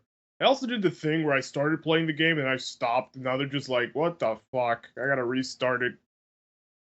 That's what I did with Bayonetta 2, but I recently finished it. I got the motivation after hearing about her being in Smash. Like, the only game that I managed to not reset from the beginning, because I still vividly remember the story, was Fire Emblem Awakening. And I finally, like, finished it up, and I'm like, all right. And I saw that there's DLC, and I'm like, fuck that. I'm done. I don't need it.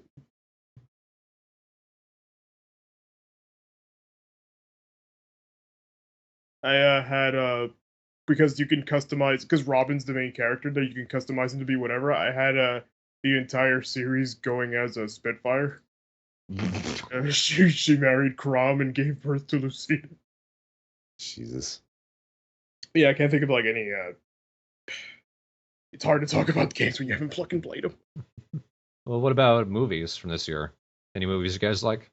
I saw the SpongeBob movie. I liked it. That's it. I'm trying to think. Did I even go to the movie theater this year? There were a couple. I know you watched Avengers: Age of Ultron and Yeah, I saw that. Jurassic World. Yeah, I saw Jurassic World too. I wanted to go see The Hateful Eight, but they didn't, like, they had it early, but kind of not. They had like it was like an 80mm shit or whatever, and I was gonna buy tickets. And then when I went to do that online, they were like way expensive, and I'm like, nah. But then they released it everywhere on the 31st, so I actually do want to see that in theaters, and I'm trying to get my parents like, hey, I'll pay for it. So I'm gonna put that on the maybe right now, and I'll just say it's my number 2.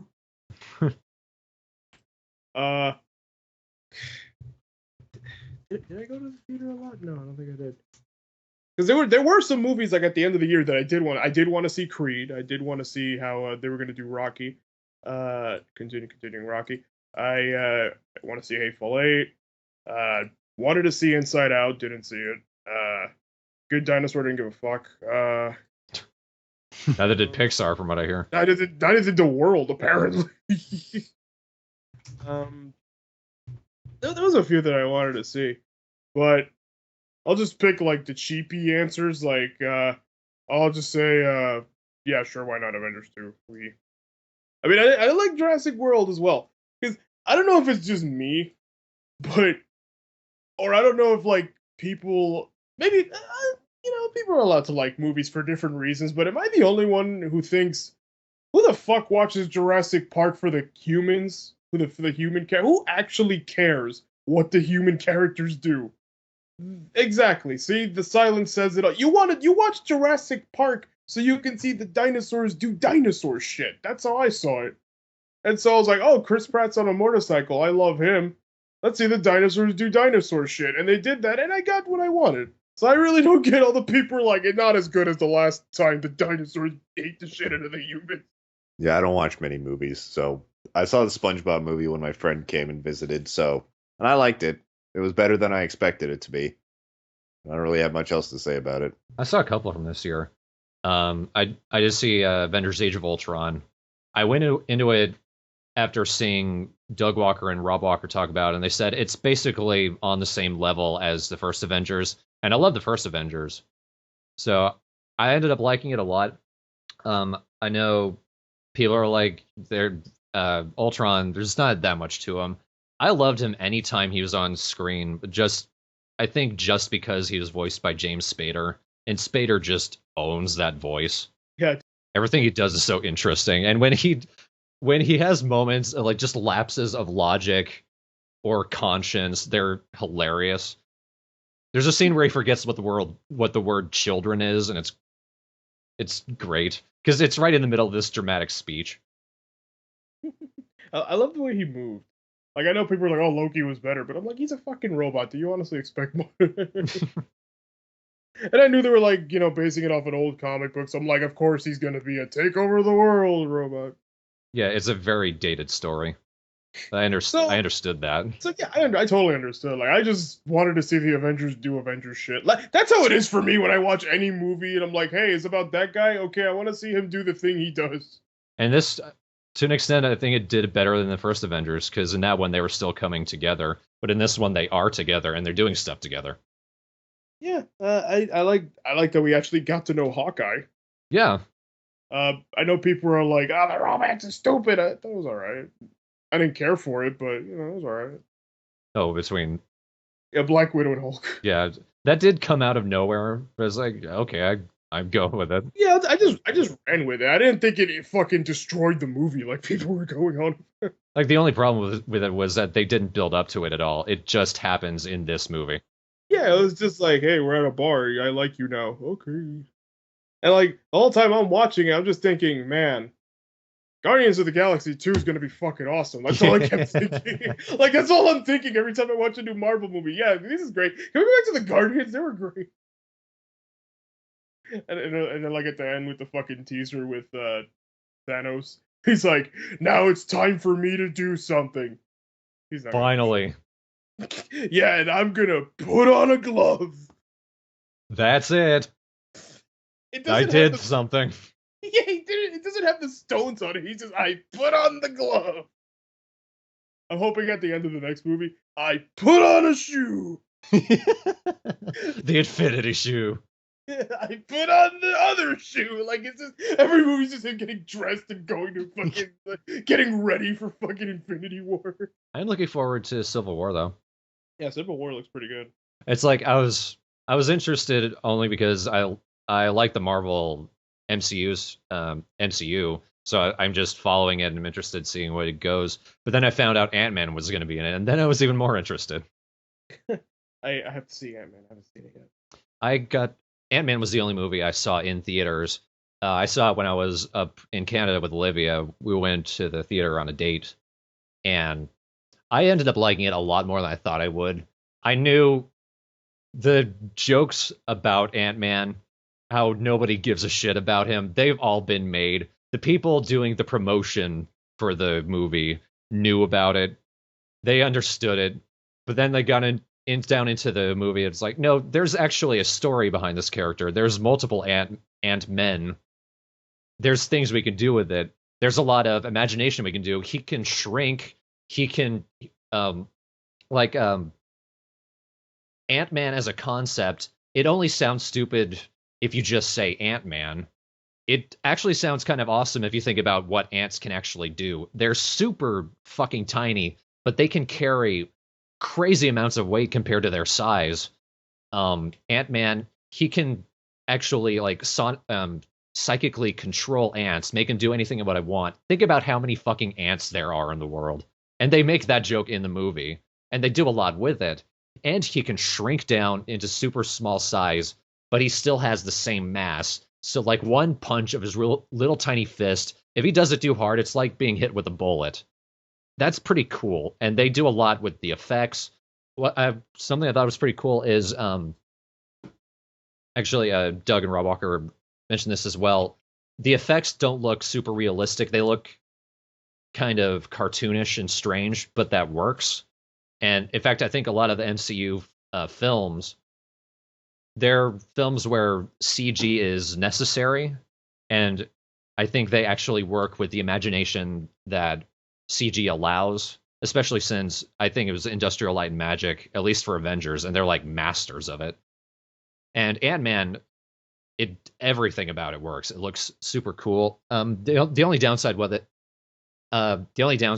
was apparently Edgar Wright, the guy behind Shaun of the Dead, Hot Fuzz, The World's End.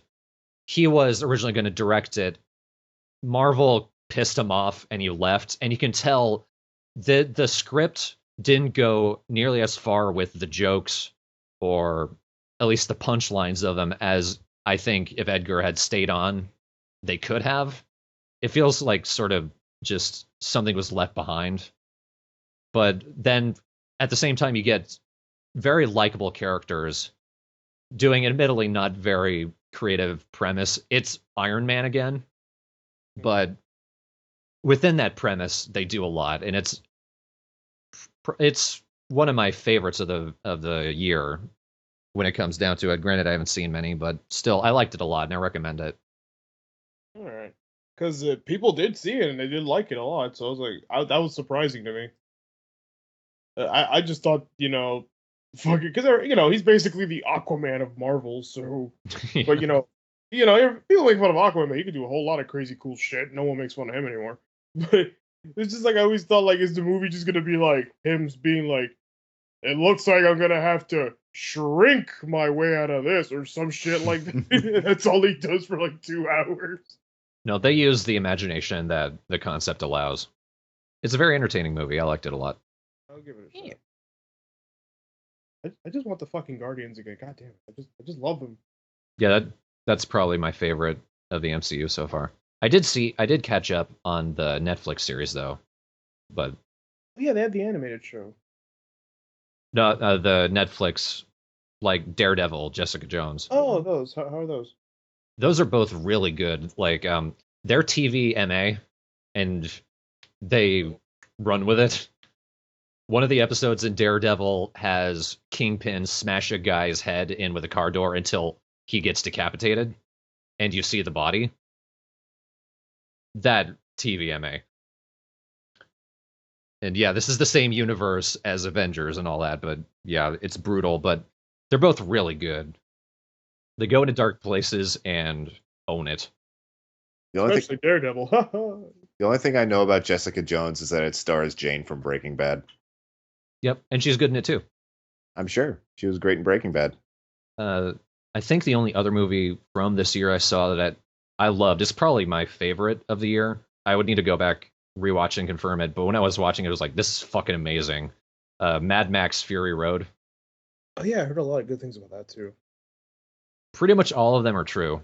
Yeah, like sort of the selling point of Mad Max is the grand majority of it is practical effects. Like there's a ton of explosions, there's cars getting blown up, there's people getting into fights, there's guys like Chinese acrobat guys on these poles flying between cars, and all of that was actually filmed with actual people and actual cars. So you just get sucked into it. And there's, in the places where there is CG, it's used smartly. Like one of the characters, Imperator Furiosa, Charlize Theron character, she's missing an arm. She has a robotic arm, and you don't even notice that when you're watching. But then, like, there's a scene. I saw that. I had to tweet about it because it was so amazing. There's a scene where everyone drives into a sandstorm and everything's just getting blown around. It's the most fucking amazing visuals. It was fucking ridiculous. But then you get down to the characters themselves, and all of them are interesting. All of them are really fun. Mad Max himself doesn't say much. When he does, it's kind of funny because he's hard to understand. One of the first things he says in the whole movie, he's been tied up to the hood of a car, and some guys, like the guys driving the car, just shoot right past him. He just screams, like, "That's my head! That's my head!" And he's just screaming around. There's another guy driving his car. He's like, "That's my car!" It's like he just doesn't give a shit. He's just trying to survive. But all of it is really fun. I haven't seen the other Mad Maxes. I hear when it comes down to it, this is probably the best. And if anything, it was a damn good introduction. I loved it. Yeah, Booty Booty makes a good point. It's supposedly set in Australia. Max is Australian. And the bad guy, Immortan Joe, he was apparently like in the Australian military. But then you get Charlize Theron's character, who has an American accent. Not very consistent. All right, Yoshi, nap time. Thanks for the heads up. Music! As I noticed, it's a top 20 this time. Yes, I'll keep them brief. I promise. Travis, nap time. Nap time! Get back. Oh, hey. Nap time. Hey! I look at the very end of. I don't even know if there's a podcast still going on. I doubt it, but No, it is. Oh, it It is. is. oh, wow.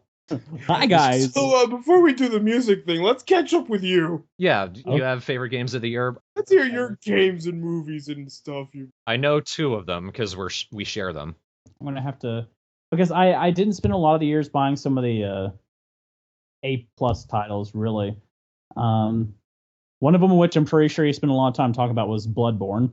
Oh yeah. I'm still playing that because it's like the only PS4 hard copy that I still own. Love it. Love the controls of it. Love the music. I think I just put something on Facebook going over the music.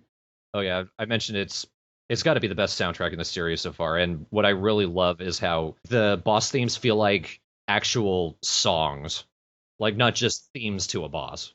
Also, I just noticed from Miyazaki games in general, especially the ones he really put a lot of time into, you really notice that the music accentuates the mood and the story that each of the boss encounters tell. They did the same thing in Dark Souls, like, the fight between Sif is kind of more of a tragic tone to the music versus some of the more heavy impact fighting ones you might get from like Ornstein and Smo. Yeah. So it definitely has that feel. Like I was just listening to Gearman's theme, which is incredibly sad. It's probably the saddest song he's ever made, or at least kind of responsible for. I shouldn't say made, different composers, but just fantastic for that. I always love games that make you think afterwards. That's why my first Let's Play was Shadow of the Colossus. Actually, first hypothetically was Journey, which same thing. Yeah. The story wasn't necessarily told. It gave you a chance that once you were done to kind of step back and process it. And each time you think about it, you gain some new, no pun intended, insight on how the world works. And there's no real right answer. It comes to your own interpretation. So it keeps people thinking about it for years. People are still playing Dark Souls for that reason. So Bloodborne is definitely that way. I think even Bloodborne compared to Dark Souls is a little more clear cut. There is a timeline. This one, it definitely goes more for feel. You have to kind of think about it a bit more, in my opinion. Undertale was also up there. I'm sure you guys already talked about that too. Just a fun, complete surprise to me. I didn't think much of it, when I first saw anything about it. But once I started playing for it, you just end up caring for the characters. The music is really good. Oh yeah. I think I was going to say something about that. Like Bloodborne, it's my number one game of the year, but probably my number two soundtrack. Undertale is my number one. Everything in that soundtrack is memorable, and it's nice and varied. I'll say that Bloodborne still is my number one for soundtracks, but yeah, I'd say Undertale is definitely up there, probably a number two or something like that. I'm trying to think of some of the games I played because I didn't play a lot of the more A+ titles like your Metal Gear Solid 5s and Fallout, and I haven't played any of those yet. Oh, your Metal Gear Solid 5s and your fall butts. That probably covers a lot of it. I mean, I played some of the other games I kind of enjoyed. Mortal Kombat X was one I enjoyed a lot. Didn't you play Mad Max too? Mad Max was a lot of fun. The only problem with that is that you're in a wasteland. It did come off sometimes a little bit dry, and some of the actions became repetitive. But for a game that came from explicitly out of nowhere, it was a really gorgeous game. The environment seemed wild and unpredictable, which is kind of the feel you want in an environment, a post-apocalyptic sandbox. Literally a sandbox. It's just all dunes. That was a really good one. Until Dawn was really good. It really improved on the story-based game of that type. Telltale, does a very good job with emotions, but they lack some of the finer polish that you find in a lot of games. And the more you start playing Telltale games, you realize that choices don't matter as much. But this one, literally, there was a sense of a butterfly effect. They told you at the beginning, this little decision, even if you don't think it's going to have an effect, will have an effect. So if you go in there kind of blind and just try things out, you could end up saving everyone or killing everyone. And it could be as simple as, oops, you accidentally shot that squirrel at the beginning of the game. So a bird attacks you and causes you to get a scratch. That scratch bleeds and causes the track for the killer to find you. And you don't even consider it by that point. But it has that effect, which I think is super cool and well planned out. Plus, I have a weak spot for 80s and 90s cheese sometimes. Like when it's intentionally like a really bad slasher flick, that stuff just makes me crack up. So that was the kind of feel of it. So that I would say those are my picks. I feel like that'd be a good point to mention that there was a Kickstarter. I don't know if I've mentioned this on the podcast, but there was a Kickstarter for a Friday the 13th game that seems to be kind of going in that direction. It succeeded, thankfully, which I think was cool. I think it was based off the original Friday the 13th game, which was, for the time, it was very, very good. It was very hard, though. All I know is that the developers had intended it as a completely different game, but an homage to Friday the 13th. And then the director of the first movie, who still owns the rights, saw the alpha or the prototype and was like, this is the game that I've been wanting to give that license to this whole time, that I've been waiting for. And he gave it to them with his blessing, which is pretty awesome. You don't see that happen. Also, just on a random note, I did get my Japanese King Dedede in today. Thanks, Yoshi. Oh, it got there? Yeah, it's I didn't know it was Japanese, but Yeah. When I ordered it, it was like from Tokyo Pop or some Japanese Tokyo place thing. Mine's Japanese too. Yoshi decided to Christmas me a Amiibo. Because I know he's always wanted King Dedede, and I got him for it. I'm pretty good at getting Amiibos. I learned that it's a skill I have. Thank you very much. I always like playing King Dedede just because especially in group fights, he's so ridiculous. He just throw monsters at people and you just hop around the stage where no one can touch you. And it's basically my Sonic trick, which is the stupidest thing. The only times I've ever played Smash and been good at it in For Glory mode is when I'm playing Sonic and I play him as Sonic. Bob, damn it, I can't catch you. I think I had a fight with you that lasted longer than it should have when I was playing Sonic, and I was just jumping around, punching him, and running away. You can't get me. You can't touch me too bad. Oh, here now. Still mad that Vice didn't make it in the game. Oh, you want Shulk? Well, go on GameStop's website right now, and you can get him. Ike is up right now. Mac is up right now. Lucario, not Ness. Greninja, Captain Falcon. You can check store availability. I'm good. And you can always try Amazon. Well, like I said, I'm pretty good. I have almost all of the Smash line. And 2 days ago, I actually got a pre-order for Shovel Knight and Lucas. Also, Thorne, how far have you gotten in the Old Hunters? I beat Ludwig and I beat Saint Maria, or Lady Maria. Have you run into the? I know you're in the Fish's Hamlet, but have you run into the boss at the end of the Fishing Hamlet yet? No, because fuck that thing that sends out the purple skulls. And the giant guys. The giant guys are more dicks. But yeah, that fight will kick your ass. The boss fight in that one, God, it's Gearman hard. And Garamond was the hardest boss. Well, what's her face? The Cthulhu lady at the bottom of the cathedral. I only ever beat because I brought in people to help me. Yeah, that literally makes the fight too easy, sadly. Yeah, but I didn't care. I saw in one person, I was like, I brought in one person, I'm like, oh, that was rather disappointing. But yeah, I beat that guy that took 30 tries. What about films? Any favorite films you had this year? All the movies I saw weren't that great this year. Like all the ones I actually went to go see. Really? Because I didn't see any good movies this year. I can't really think of any at the top of my head. Give me a sec. If any other guys want to go. We already went. Yeah. Oh, shit. You're all waiting on my opinion. No pressure. Yeah, we just threw out our Avengers and Jurassic Worlds. Well, those were my choices. Jurassic World was a lot of fun. I liked it. I know there was a movie I saw that I really liked. I'm just having a hard time remembering. I think Jacob only had the SpongeBob movie. Oh, Lord. I'm sorry. I'm sorry, but he liked it and you hated the new James Bond. Yeah, I hated the new James Bond. I thought it was shit. I forgot that it even existed until you mentioned it. Me too. Because Skyfall was everywhere for a while. Spectre it was a Spectre. Yep. And Avengers was okay.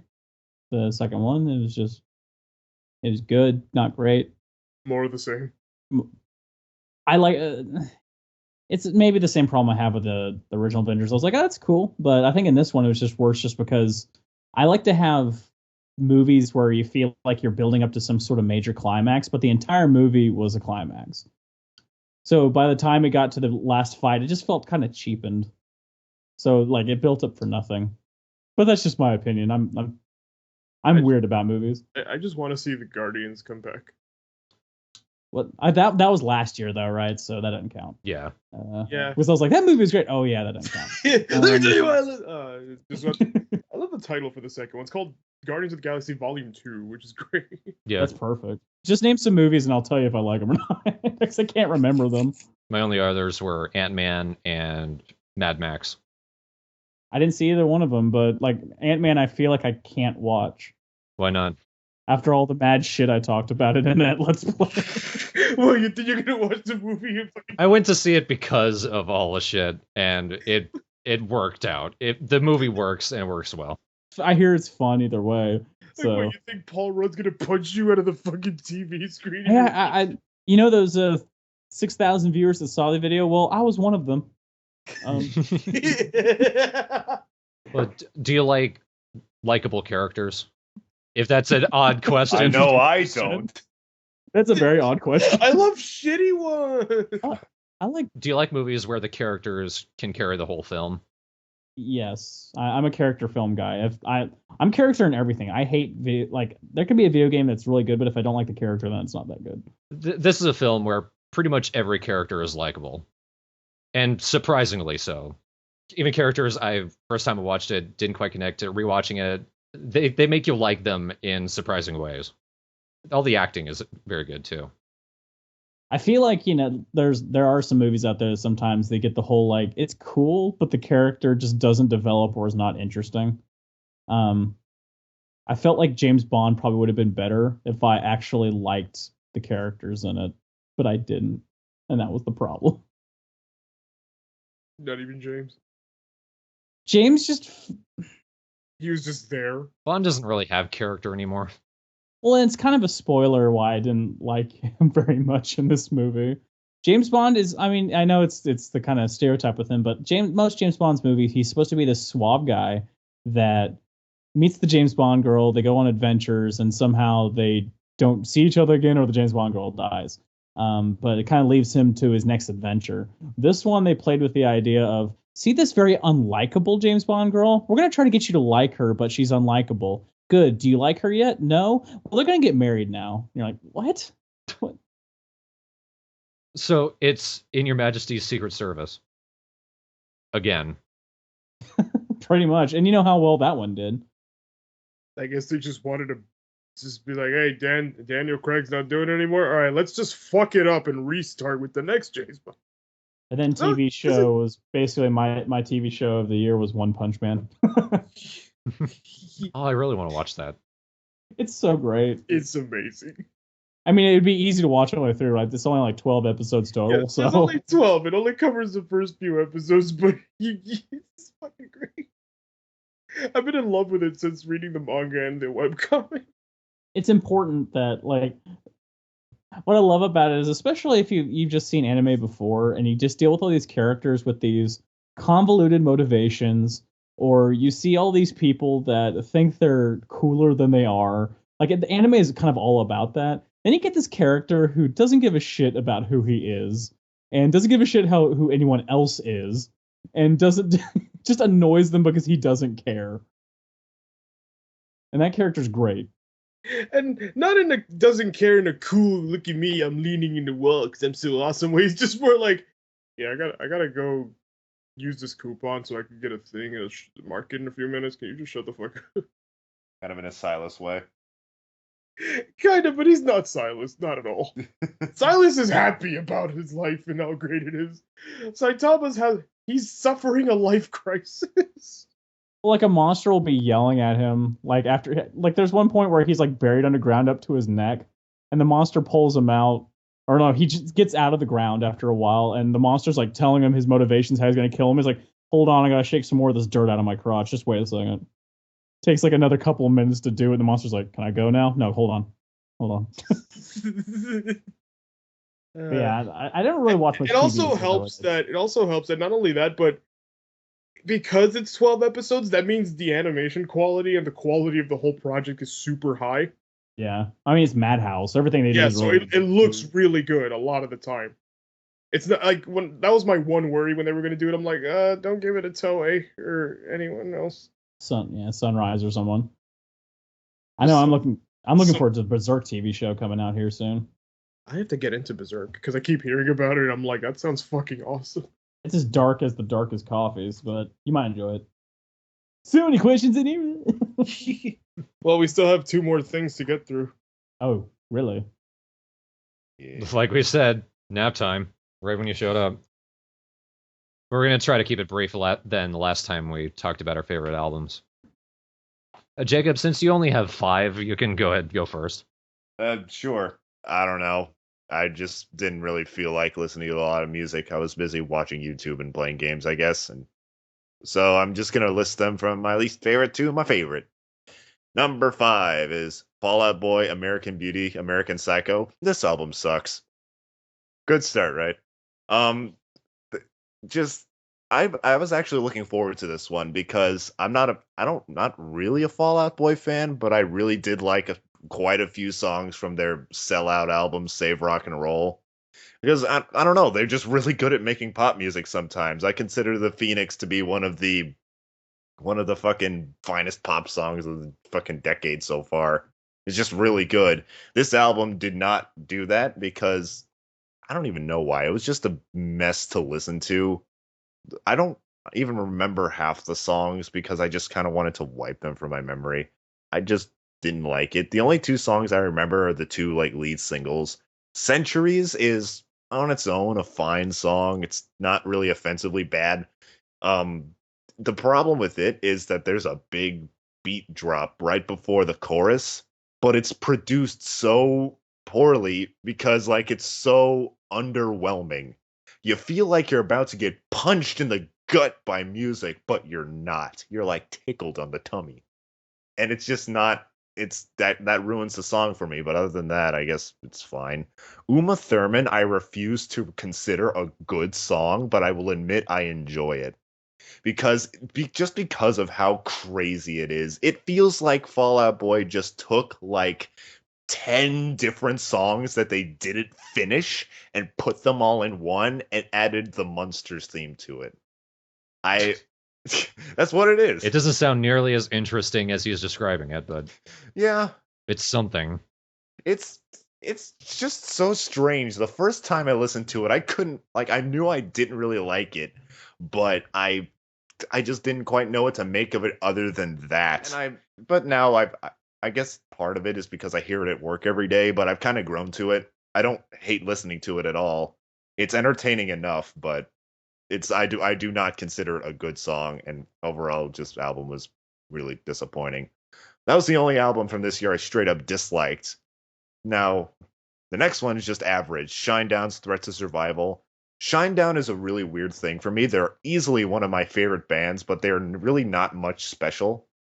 Um, I just consider them to be one of the better mainstream rock bands, even though lately they have been ever since The Sound of Madness, they've just been completely irrelevant. They had a bunch of hits with that album, and then no one really cared about them except for me. But Amaryllis was their previous album. A lot of people didn't like it. I liked it a lot. I just found it really pleasant. Threat to Survival was just not memorable. It wasn't bad. It had a few good songs. The lead single, Cut the Cord, was probably my favorite song from the album. And even then, it was fine. I mean, I'd listen to it like when I feel like it because it's hard enough rock, but you could definitely tell that they're trying to like it's a lot of it did sound very Fall Out Boy, but I definitely enjoyed this more than Fall Out Boy's new album. It's just not that interesting. If you for some reason just really want to get into Shinedown, listen to pretty much any album but this one. It's just not that special. Now let's get to good things. How about we? The next one's Marina and the Diamonds, Fruit. I got really into Marina and the Diamonds recently. I consider her to be in my top 10 favorite artists now. Probably my favorite pop artist. She ended up beating Lorde somehow because I really love Lorde, but I think I like Marina more. I think she has more personality and her music is more varied, I think. Fruit was, I don't think it was as good as the Family Jewels, but I did think it was better than Electra Heart. It just had a really good handful of memorable songs. To be fair, a lot of them I don't remember a ton, but the ones I do remember I really do like. Like the title track is just a lovely, like sexy dance song, and it's just a lot of fun, and I love it a lot. I'm a Ruin is a bit more on the mellow side. I think that's my biggest problem with the album is that it's just a bit too mellow. It's not right. I think my favorite songs from the Family Jewels were the more upbeat, poppier songs, while with Fruit it was a bit more downplayed, a lot more like chilled out, and I didn't really like it about it. But I'm a Ruin did it well enough because it was really catchy. It really got in my head, and I think that's what kind of forced me to like it. Blue is probably my favorite song on the album. I don't even know how to describe it. It's not. It's really nothing special. Like the way I just make it sound like some weird piece of art. But really, it's a really fun, really happy pop song, which is weird because there's actually a song called Happy on this album, and it's relatively depressing. Blue is fun. Blue is a fun song. The only other song I really remember is Gold. It's nothing too special. It's a good song, but the only reason I remember it is because it plays at my work. I'm just happy they play Marina and the Diamonds at work. I take what I can get. Fruit is just fun. If you want some fun, listen to Fruit. Now for something this. I actually almost forgot this album, which is really weird if you know me. But yeah, my second favorite is probably Marilyn Manson's The Pale Emperor. Like anyone who knows me would be amazed that I almost forgot this album. Yeah, I'm surprised to hear that. Yeah, I did really like this album, but it was the first album that I've ever heard from him that did not really feel like a Marilyn Manson album. That's not really a complaint, nor is it a compliment. It's just kind of a neutral shift because like for me, I didn't like it as much as his previous stuff. I thought Born Villain was a lot better, and I'm definitely in the minority of that. It seems most people didn't really like Born Villain while at the same time absolutely loving The Pale Emperor. The best way to describe it is if you're not a Marilyn Manson fan, listen to The Pale Emperor because it is really different from a lot of the stuff he's done. And I think you realize that because my favorite song off the album is called Deep Six, and it is probably one of the most Marilyn Manson songs on the album. It's like it's by an uncomfortable margin the heaviest song on the album. It almost feels like it doesn't belong. But despite that, I still really enjoyed it, and if I could point out one thing I really liked about it, it probably has the best guitar work of any Marilyn Manson album, which is fitting because I thought Born Villain had the best drum work of any Marilyn Manson album. This album, they transitioned to more of a blues influence style. Yeah, absolutely. And really, it's just I call it more. I thought it was more in Thorne's direction, and you did like it, right? I did like it, yeah. Yeah. So if you like weirder music, if you're not really into the typical Marilyn Manson style, this is nothing like it, and I definitely would give it a shot. But it's not my favorite Marilyn Manson album, but I definitely did enjoy it. And my favorite album of the year, I didn't absolutely love it, but I definitely did really enjoy it, was Coheed and Cambria's The Color Before the Sun. I went into this really skeptical. I didn't love their lead single, You Got Spirit Kid, and I also heard that they were dropping the Coheed and Cambria Amory Wars concept with this album, which I thought was really disappointing because really I just love Coheed's concepts. I think it's really cool that every album of theirs, except for this one, follows like a the same story, not in a linear fashion, but just in the same universe. But The Color Before the Sun ended up being really enjoyable. It definitely felt very Coheed. A lot of it kind of it was it definitely felt like a Coheed album, but they did enough things differently, I suppose. Eraser is the song Eraser is probably worth a listen. It's one of those it's one of the rare instances where I found the verses to be a lot better than the chorus. Like the verses had this really like chunky sounding guitar, while the chorus just ended up being just eh, it wasn't a really it didn't feel like it flowed well enough, but the verses were extremely enjoyable. The audience was a fucking trip. I need to listen to it again, but I remember listening to that song and being like, whoa, what the fuck is happening? And I really, really liked it. My favorite album, my favorite song of the album is something I think everybody should listen to. It's called Peace to the Mountain. It's the closing song of the album. It's not a song that I think everybody will love, but I think it's a song that everybody should at least listen to because it's pleasant enough, and you may actually end up liking it because it's a slower song, it's mostly acoustic, but it's a chill song, it's really relaxing, it's a pleasant song, and Peace to the Mountain is just, again, just give it a listen. It's not really indicative of the whole album, it's not really a make or break on whether or not you should listen to the whole album because it's not really like the rest, but it's just, want to chill out for a second, listen to Peace to the Mountain, because I think it's one of those songs that not everyone will like, but nobody will hate. And it's my 5 albums of the year. The 5 albums you heard. The 5 albums I listened to, and I only really liked 3. That's sad. My top 10 list of the 5 albums I listened to, but 3 I like. Basically. All right, Thorne, take it away. I've got 20. No, actually, this was actually a really good year for music. The grand majority of albums I listened to, I would rate at least an 8 out of 10. It's a top 20, but there are a ton of honorable mentions. There's a new Proclaimers album. I always like them. A lot of their stuff isn't as memorable as their first 2, but this one I liked a lot. New Blur album, new Noel Gallagher, Refused, Killing Joke. New Blur album? Yeah, The Magic Whip. Really? Just kind of came out of nowhere.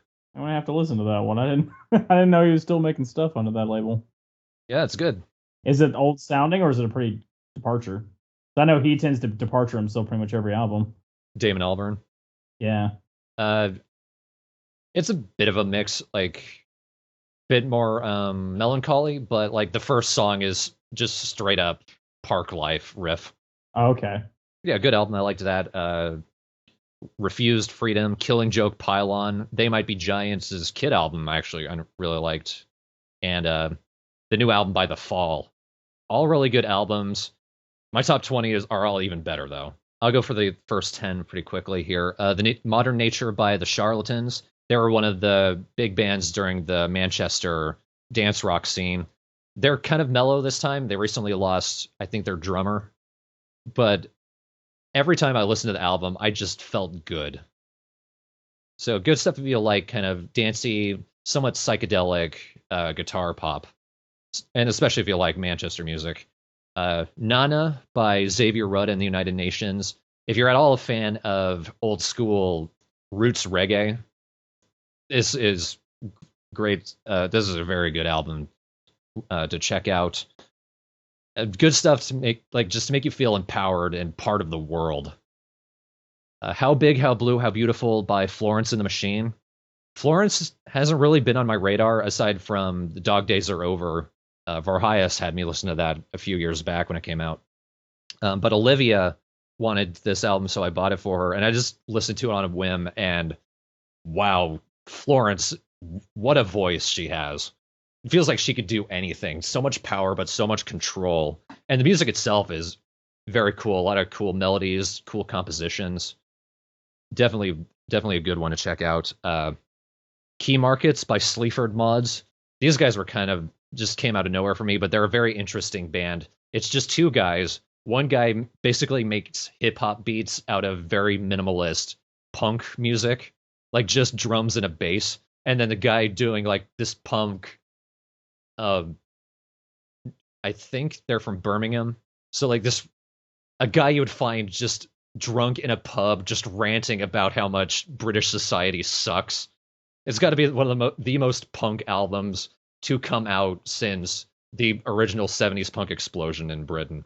It's so minimalist, but so righteous and angry and pissy. It's great. Meliora by Ghost BC. Last year, I didn't really like, or last time they put out an album, I didn't really like it because it was just so compressed, but the music itself didn't really come up through it. Like, it was so compressed, it was like they had shaved off the edges of their guitar. The production is a lot better, and pretty much all of the songs are very memorable. A lot of really good melodies, a lot of really cool riffs and choruses. A lot more memorable stuff. I liked it a lot. First, this is the first of 2 EPs I have on the list, which I don't feel is cheating because they are individual pieces of music and their own works of art. And this is actually a free EP, Saint Cecilia by Foo Fighters. It's a relatively recent release. It came out after the terrorist attacks in France. They recorded time, and it just seemed like a good time to release it for free, but it's some of their best music in a while. Foo Fighters have just been supremely okay for a good while. I didn't like Sonic Highways. I loved the documentaries that went along with it. The album itself, it just felt like I'm going to find pieces of these places and then not just put them into a song, not really do anything new with it. Saint Cecilia feels like Foo Fighters. And all of the songs are good. Each individual song on the EP is better than all of Sonic Highways. Yeah, I didn't really care as much for Sonic Highways as some of their other albums. I'll give you Saint Cecilia then. Like, it's a free EP, and it's all of the songs are good. Oh, cool. Soul Invictus by Faith No More. Faith No More hadn't recorded a new album since 91, I want to say. No, 99 or 98. I don't know. It's been a long time, is my point. 2003, 1982. Not 97. I think they recorded 97. But they came back a few years back. They've just been touring, but then they just, out of nowhere, let's just record an album. And it's one of their best. It's not as good, I think, as my personal favorite, Angel Dust, which is like my number one favorite metal album of all time, or The Real Thing, which is like, that's their hit album. But it's Faith No More who sound comfortable with themselves. They do a lot of cool stuff. The music sounds really good. The production is strong. Not too overbearing, but nice and thick and warm. And I like what they do with the piano when they add into it. Apparently, they were just using a practice piano, but the second song, Superhero, when the piano comes in for the chorus, like, it's one of the most grand, epic things to come out of music this year. It just works. So that was a good album. Next, the self-titled album by FFS. This is actually a supergroup composed of Franz Ferdinand and Sparks. If you guys know me, you know Sparks is my number 3 favorite album or favorite band of all time. I love almost all of their stuff. And Franz Ferdinand, not as much on my radar, but their last album was one of my favorites that year it came out. So I was really looking forward to this.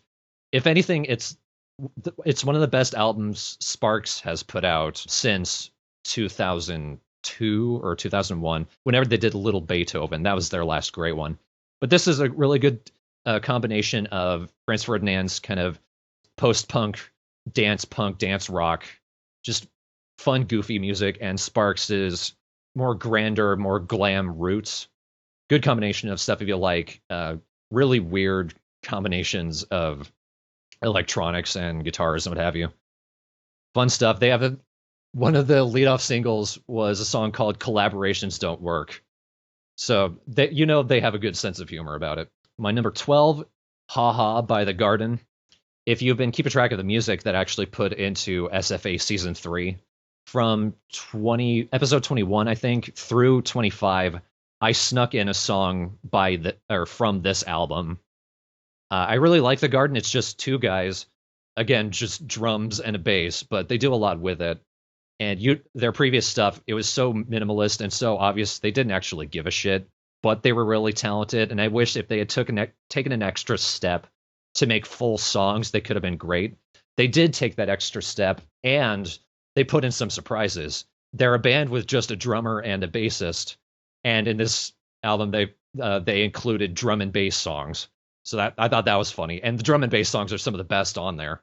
But usually it's just like this kind of punkish, minimalist, but very echoed, almost gothic sounding kind of sound. Really cool stuff. Definitely worth checking out. And my number 11, Ariat Gloom by Of Montreal. Of Montreal, I haven't heard anything from them. I know they're kind of a really well-respected band on the indie circuit. But this was a great introduction for me because it was a good combination of sort of disco-ish dance rock songs, a lot of indie rock sound. I could definitely tell this is a band that also listens to Sparks, because I've got a lot of that grandioseness to it. I've looked at some of their other album titles and song titles. These are the most pretentious fucking people I've ever seen. But the music holds up on its own. It's a very, very fun album. Even when the guy's just angry about everything in the world. And now my top 10. At number 10, another very recent addition, but an album that surprised me a lot more than I expected it to. Born Under Saturn by Django Django. Django spelled as like Django Unchained, like that. Born Under Saturn, it's kind of hard to describe. I described it on Twitter as the love child of Can, the German experimental band Can, and Suicide, the early proto-punk electronic band. Their love child that I always wanted and didn't know. I'd also throw in like the Beach Boys and the Beatles, because it's a really cool mix of experimental, sort of synth-driven, but also made with guitars, indie dance rock, but with these really pretty harmonies in the vocals. Almost every song is just beautiful vocals, even when like he's not the most impressive voice, but he does a lot with what he has. And very cool, just a very cool sound to the album. I liked it all the way through, and I was very surprised by it. Number 9, Last of Our Kind by The Darkness. I talked about The Darkness before. Every time they put out, before this album came out, and I saw that it had come out, I had a brief moment of like, maybe I don't like The Darkness as much as I thought. They're a send-up of hard rock and glam rock from the 70s and 80s. It's stuff that I should hate. It sounds like the type of music I shouldn't like because it's so cheesy. But then I got this album. First 2 songs in, I thought, okay, no, they know what they're doing. They're fine. This might be their best album, even though it's their most 80s sounding. But Travis had a good point. I sent him one of the songs, Open Fire, which is one of my favorite songs of the year. And it does sound more like 80s hard rock, but it's a lot cleaner produced. Because otherwise it would just, back in the 80s, they would have just drowned it in reverb, or like it would have been all EQ'd to the high end. But it's a lot smarter production.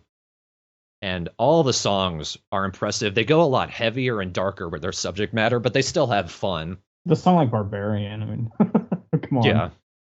It's about the Viking slaughter of East Anglia.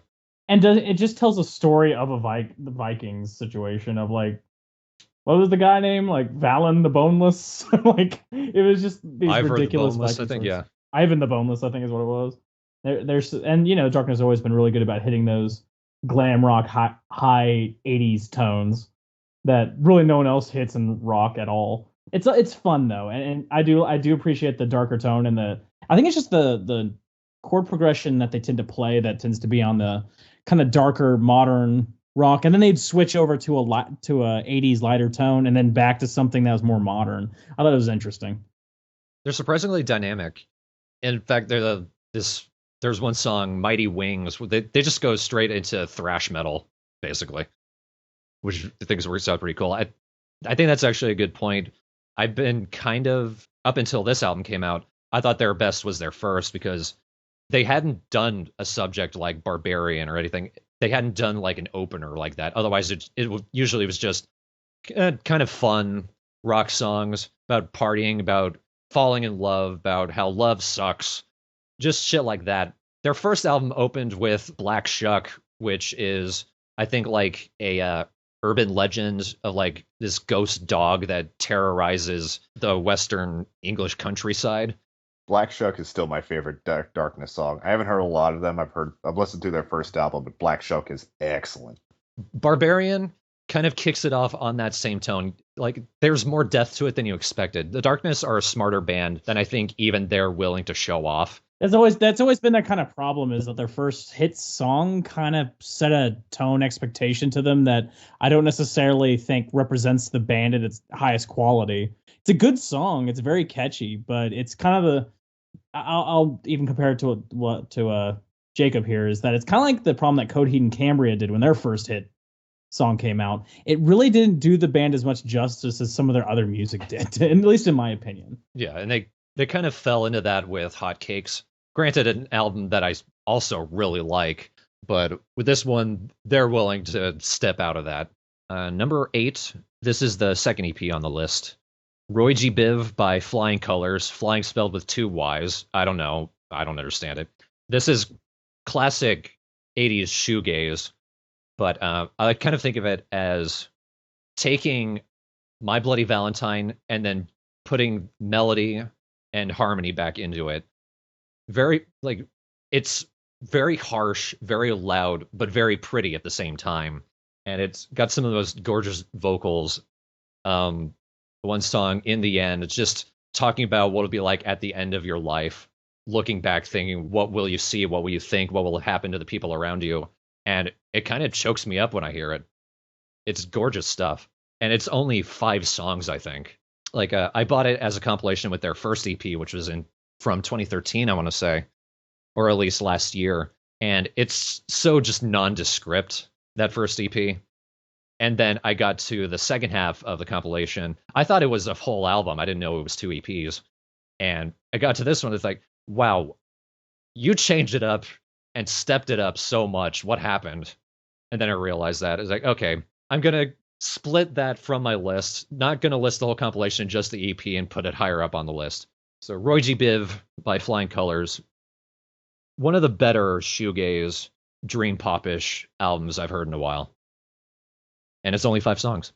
Number 7, Glean by They Might Be Giants.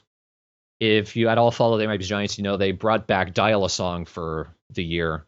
I don't know if they're going to be doing, like, what else is going to be happening with that. But Glean was the first collection of the songs that they put out for Dial-A-Song. And it's one of their better releases in a while. I still think Join Us is their last great album. I didn't like Nanobots as much because it felt unfocused, like just kind of a smattering of some stuff, some of which was catchy, other of which I just didn't care about. Glean, it's nice and consistent all the way through. Unpronounceable, I think, is one of John Linnell's best songs in a good long while. It reminds me of sort of their classic stuff. It's got that same gated guitar that Anna Ang has, but it also has that same approach to just his sense of the world, and that combination of melody and just composition and rhythm, everything about it comes together to one of the best songs of the year, but also one of the best latter They Might Be Giants songs in a long time. And also the song Ah, which is just a list of things someone might say before screaming. That's genius. But the whole album is good. Not their best, but a good one. The rest of these 6 through 1, these are all album, like I've said great so far, but these are ones I would list like 9 out of 10 up through my number 1, which is, I would give a 10 out of 10. These I would actually put down as great music. Like, not just going colloquially, but giving the word great the gravitas it deserves. Number 6, this is The Sonics by The Sonics. If you don't know this band, they were one of the... If you don't know this band, they have nothing to do with that Sonic, for one. That has to do with the One Punch Sonic. Go ahead. They're a band originally from the 60s. They were one of the garage rock bands of the 60s. They were also one of the bands that helped to form what punk rock would eventually be in the 70s. They had a very rough, harsh sound compared to all the others. If you've ever heard the song Strychnine, that was their song. Their first album is really good, and their second album not so much. But then they didn't record anything for decades. They got back together and at the earliest, the late 2000s. And then they just decided, yeah, we're going to put out a new album 60 years after our first. And it's better than our first album. Who the fuck does that? But it's like they hadn't lost any of their energy or guts in all that time. If anything, they got some more. And there's even one song, they just straight up do a punk rock song. And it works. Like, these guys are super old, but they're just busting their asses on this album. And they're just rocking out. They're having so much fun. A lot of the songs are in a 12-bar blues style. Played really fast and played really well. So it's still good, but it's not, like, it doesn't push the envelope as much as I would have liked to not go higher up on the list. But I was impressed. No band waits 60 years to record a follow-up, and then it's better. Like, a lot of the bands I follow, they waited 10, 20. Like, Public Image Limited put out a new album this year, and they reformed a few years back. These last two, they're good. Their best stuff was in the 80s. The Sonics, their best stuff was this year. That's amazing to me. But yeah, good album. Loved it. Number 5. This was the biggest surprise of the year. Originally, I rated it a 10, but I went back and listened to it again, and I couldn't get as into it as I thought I could. But I do recognize that this is a great album, a kind of a great landmark for the landscape that we're in politically and socially, especially with Black Lives Matter, police brutality, police outright murdering innocent people. To Pimp a Butterfly by Kendrick Lamar. I'd never listened all the way through his last album, but I did know enough that for this album, he stepped up everything. Compositionally, lyrically. Compositionally, it's like an amalgamation of black music as a whole. There's a lot of jazz, there's a lot of funk. He works with George Clinton on a couple of tracks. For the most part, the album is a concept album of sort of himself, a person going from the streets, from gang life to great fame, and then having that fame sort of come back, wash back over him. And then near the end, he rediscovers his clarity and his understanding of the world. And it's a very impressive album. It goes alongside, like, there's a certain element of, like, the history or, like, the life of black people in the modern world. Granted, filtered through a life that not all of them share, but can be related between people. Not all of the songs connected with me. I'm a suburban white guy. This isn't my life.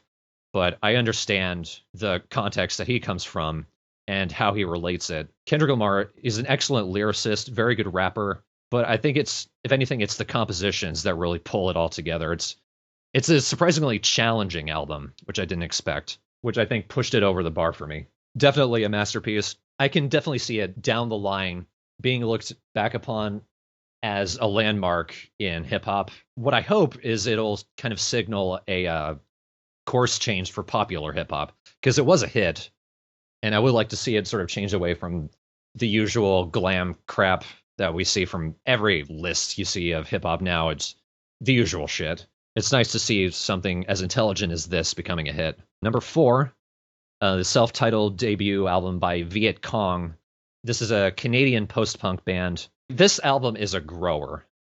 You kind of need to be patient with it. There's a lot of really cool elements to it, but at the same time, 2 of the songs have several minute stretches of the exact same thing. It's just instrumental, one measure sort of sound going on for a while. But when you put it into a context and you listen down to it, it all sort of works together. The sound of the album, it's a 4-person band. There's 2 guitarists. There's a drummer, the bassist singing lead, but one of the guitarists, I think, is using a Jazzmaster, or at least a Jaguar. The other is using a 12-string, so you get a very high-pitched, jangly, often highly dissonant, but strangely sort of pretty guitar tone between these 2 guitarists. And they're doing a lot of interplay, which I really liked. The last song on the album, Death, this 12-minute epic of just misery and insanity, a lot of it is just the guitarist exchanging notes between the same melody. So like you hear the same melody, but it's bouncing between the two different stereo speakers. And there's this great build up. Viet Cong know how to do build up, which I really like. But also there's a lot of musical surprises too, because like the first track on the album, Newspaper Spoons, which is a strange title, I know, but it opens with this cool industrial drum pattern. And the drum pattern is cool, but then in the second measure, you hear it again off to the side, but loud and distorted. And you're just, oh, what am I listening to? And it gets you interested. And then all the way through it, there's some of the lyrics are great. So black comedy. Like the second track has in the chorus the line, failed to keep the necessary papers for evacuation. Even without context, that's a great line. Just music you can kind of hear their influences, but it's a good mix, sort of jangly, rough, proto-gothic, post-punk, bit of industrial in there, but sort of like psychedelic rock 70s melodies in the vocals, and there's a lot of echo to it. It kind of becomes a big wash over you. Like you kind of need to concentrate to an extent. You might want to turn it down. It's mastered extremely loud, but it's a great album. It grew on me surprisingly hard. It's one of the albums I listened to the most this year. Number 3, Citizen Zombie by the pop group. This is another band who hasn't recorded anything in forever and then comes back with their best album, which shocked me. The pop group were a band during the 80s. They were part of the punk scene, but they were one of the first bands to fuse punk and funk music. They were contemporaries of Gang of Four, if you know about them. Gang of Four also put out an album this year, and it was one of the worst that I heard this year, which is sad. It wasn't even a bad album. It was just there was nothing to it. But the pop group, they come back. They're not as funky, they're not as punky, but they've combined what they do with the socially conscious and just bitter about everything, but gleeful about it. There's mixtures of soul, there's funk, bit of punk, but it's amalgamation of things, and all of it works.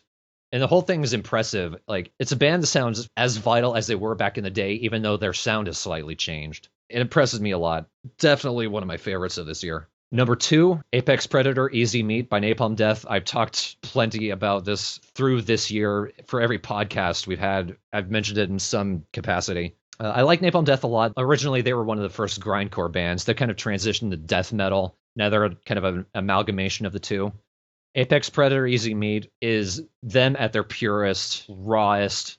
Like, this is a band, they knew what they do. They knew how to do it well, and they were like, we're going to do an album of what we do best. It's probably the one album they've done where I actually remember the individual songs. And I think, oh, that's Apex Predator, that's Smash a Single Digit, that's Hierarchies. They've done good about differentiating the different songs, but also they add clean vocals, but not metal clean vocals, if you know what I mean. They don't, like, it's not, oh, it's because the singer Barney Greenway, he's got the deepest, roughest voice ever. When he roars, it's like a demon roar. I haven't really heard a voice like his in metal before. I'm sure people have done it, but usually you just hear the really low growls or high-end shrieks or wretched vocals.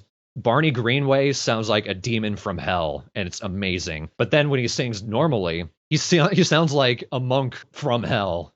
It's this great, like, low rumble. Like, he opens the album, the title track, it's like this Tibetan chant, but with his vocals, and it just rolls over you. And then the drums come in just like pounding, just these people gathered in the celebration of the awful treatment of workers who have died. There is a somewhat of a concept, or at least an inspiration in the album, of awful treatment of workers. Napalm Death are more political than a lot of other death metal bands, but God, just everything about this album works, and it's so good. But finally at the end, number 1, probably not a surprise to anyone, White Reaper Does It Again by White Reaper. Last year, their EP was my favorite record of the year. This year, their first full-length album is my favorite of the year. I describe this album as the best album the Ramones never recorded. I saw these guys live this year. They were actually the supporting band. The headliner was Electric Six. If you don't know them, you probably heard the song Gay Bar. That was by them. 3 songs into Electric Six, I didn't care because I had just seen White Reaper, and it was one of the best concerts I've ever seen. Those guys just wreck the stage when they're on there.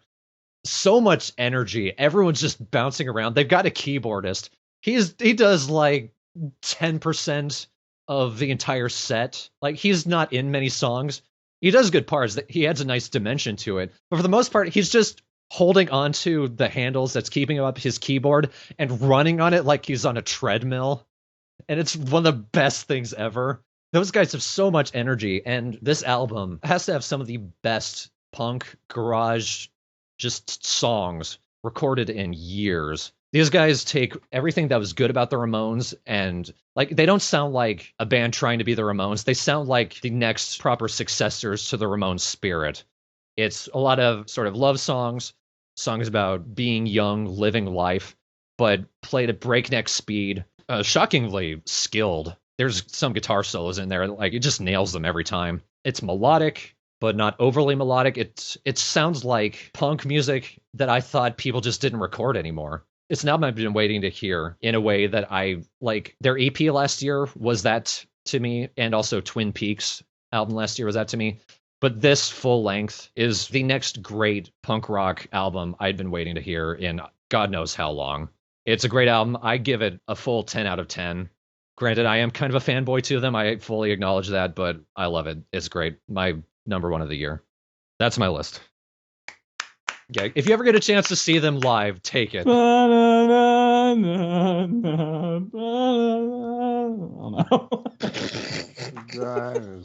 So, all right, now for my top 10. Okay, so it's that was Kids your Bop, bridge list, right? it's Kids Bop 3, the Mega Mix, and the reason why is because when I'm gonna go visit Ashley and we're gonna, have sex for the first time, it's gonna be the soundtrack. But I want it to be specifically the third one because there's a Shakira song there, and I'm gonna do it while dressed up as Ronald McDonald, and I'm gonna light myself on fire and play it at the wrong RPM because that's how I want my first time to go. That was certainly a lot of music. Yeah, I did go through the first 10 relatively quickly. This is true. It's funny. I was just texting Yoshi, and I just put, "This is a music filibuster." Well, I just replied with Joel, get in here. But yes, very, very detailed. I know you've been collecting that for a year, so it's what it is. Yeah. Well, I mean, like, people are always saying, man, music now just isn't good. Yeah, it is, but you have to look for it. Yeah, dude. It's something that's been happening. It's been around for a long time, that the music field especially is incredibly saturated. There's a lot of bad stuff out there, but there's also a lot of good stuff out there just because it's so easy for someone to make their own music nowadays. And one person can on their computer. So it's a lot easier to just hear a lot of just completely different stuff. Or stuff you've heard before, it's just done with a different perspective. People are like, "Ooh, music's so bad these days." They're mostly referring to pop music. And I don't know if it's just because ever since I started watching Todd in the Shadows, I've had a different appreciation for pop music. But I think that even if you look at the top 100 charts, you'll probably find something you didn't expect you'd like on it. Like, I don't hate pop music like I used to. I hate a good amount of it, but I don't hate it all. Yeah, I don't hate it as much as I used to, but if you were given music that I had discovered on my own that didn't chart, chances are I would choose that over anything popular that I liked. Yeah. Well, there's not a lot good on the charts right today, but I swear to you. To Pimp a Butterfly was a hit album. It was. Good things comes out, even in popular music. So, Yoshi, what's your favorite kinds of spaghetti? It's always this question, Travis. You never answer, so. Well, I did the one time, but I don't. Oh no! To be fair, I guess you did answer that one. Let me think. On the podcast too. What's your favorite 20 types of noble gases? All right. Well, I think lithium's pretty okay. Then we have oxygen. Then followed by, I suppose, methane. We all have that. What's your favorite countries in Saudi Arabia? Oh, fucking damn it! All right. So in Saudi Arabia, seeing how it is a country, you still have to figure that out. I still have. Well, first of all, I haven't been there, but I don't know. It looks nice. All of it. See, at least on my opinion of pop music overall is that there's for me, music is always about how it makes me feel and also what I'm feeling like at the moment. Pop music doesn't bother me unless the lyrics and notes are just garbage. But there's also pop music that just is well orchestrated and just fun to listen to. The same reason you go see a Michael Bay movie. It's just like, I'm not here for the depth. I'm here for the, okay, that makes me feel good. But there's also a lot of shit out there, admittingly. Yeah. Well, Mad Max was better than any Michael Bay movie ever. So I think pop music nowadays is just more boring than like soul-wrenchingly terrible. that's how it is usually. Yeah. I want a band to release just a track on their CD where it's just the sound of their drummer falling down the stairs with his drum set. But I mean, like 5 years ago, when I listened to like pop music in the radio that my stepsister would play, I just hated so much of it, and today I still hate it. But nowadays, like they play a lot of hit songs at work. There's a good handful that I fucking despise, but to be fair, those are like the weird ones that they play at work for some reason that never actually charted, and pretty sure nobody's actually listened to, but they play it for some reason. And it's always the absolute worst songs of all time. But like most of this, like the popular hits they play are either songs I can listen to and enjoy, or songs I can listen to and shrug. Come on and shrug with me. Except for Maps, that is the worst song ever. Maps is a terrible song. Like if I don't want to hear Adam Levine try to be a slide whistle. I have a problem. I've been running into the problem that there's too many bands that use ooh or oh in their music just for filler, and it's bothering me now. A lot of whoa, whoa, whoa, and you're like, just say a word, please. Yeah. Just Or replace it with like guitar. Yeah. That would make it much more interesting. Just like also, there's also too many bands that make it sound like a choir singing behind them, but they do it electronically, so it sounds really bad. I want to hear the singer, not a whole group. Yeah, just that seems to be the way with like boring indie pop lately. Yep. I think that's how I realized that Beck's last single was his most commercial to date, because a lot of the chorus is just whoa. Did it even chart or anything? I don't think so. Yeah, I know he won like album of the year at the Grammys, but like I never heard of it. It wasn't for that album though. It's for a different one. Oh, okay. Presumably his next album. That guy's gone through some weird spurts in his music. Yeah. I haven't heard much of Beck. I love him. He's one of my favorites. as Yoshi stretches. It's been 5 hours. It has. It has. My question is, when I was gone for those 2 hours, what were you possibly talking about? Because I don't even remember. We were talking about, man, isn't it weird that Travis is gone for 2 whole hours for 2 hours straight? Well, we finished talking about SFA 25, and then we just talked about games and movies for a while. All right. Oh, I know what did it. Me fucking being at Walmart for like a fucking hour. Yoshi, you can rant for the bestdom. I forgot about that part, actually. Oh, you didn't like the dying girl story? I mean, I heard it before. I mean, that's not really a valid complaint because the people who you are currently entertaining have not heard it before, but... So that's our lives. If for whatever reason you have any questions at all. Yeah, you got 15 minutes with us, guys. We'll answer any question you might have, as long as it's not dumb. Which, by the way, if you send me questions on my Ask the Birdie thing, I prefer normal questions. Those are more possible to answer, not just the random splatter of sentences I sometimes get where it's like, if you hit a beach ball, do you date it? I'm like, well, that kills the punchline. Stop it. The ones like Thorne and Code sent to you? Or was that was you, right? Yeah, that was them. Yeah. I kind of had to tell them, it's way easier for me to answer regular questions and make twists on them versus trying to out-random you. I hate when I get questions that they're clearly trying to be funny, and I'm just like, yeah, that's not the kind of blog, though. I literally put a link for, like, the new blog I did, and I'm like, all right, ask questions, and I get, like, a random wacky thing, and I'm like, yeah, not answering that. We got one question in here. It says, yeah, why does Yoshi suck so bad? Well, it started when I first started working at Walmart. And tell us about it. Well, it all started. So Ni no Kuni 2, any interest? No. There's two funny things I found about the trailer. And no, one funny thing about the trailer, one funny thing I found out about the game. For one, Has nothing to do with Studio Ghibli, apparently. Really? Yeah, apparently they're using the art style, but like Studio Ghibli has nothing to do with it. And number two, if you watch the trailer, it gives away the whole plot. What is it, something stupid like we gotta save the world or something? It turns into like a kid who's a prince, and then like some random bad guy attacks the town and kills like someone important to him. So probably like his mom or something, because they have to do the whole comparison thing. So he Again? escapes. He learns magic. He becomes brave, and he becomes king. By the end of the trailer, What if they do like a complete sidewinder? What if that's like the first 5 minutes of the game? like they do all that, then opening credits. He's probably still more. Hopefully, they do give him a character more than Oliver. Oliver was a nothing. He said, "Let's do it" a few times. He did. If the writing is better, I'll be perfectly fine with it. If it's worth reading the actual scripting on everything, then yes. It was the problem of I was literally mashing the button, just trying to skip through dialogue because it was so pointless. Like it added nothing. What are you gonna do, Metal Gear? After we do the 50 fucking other videos we have to do. Okay. Boy, that Oh. sounds like fun. We're not going to do them all in one day.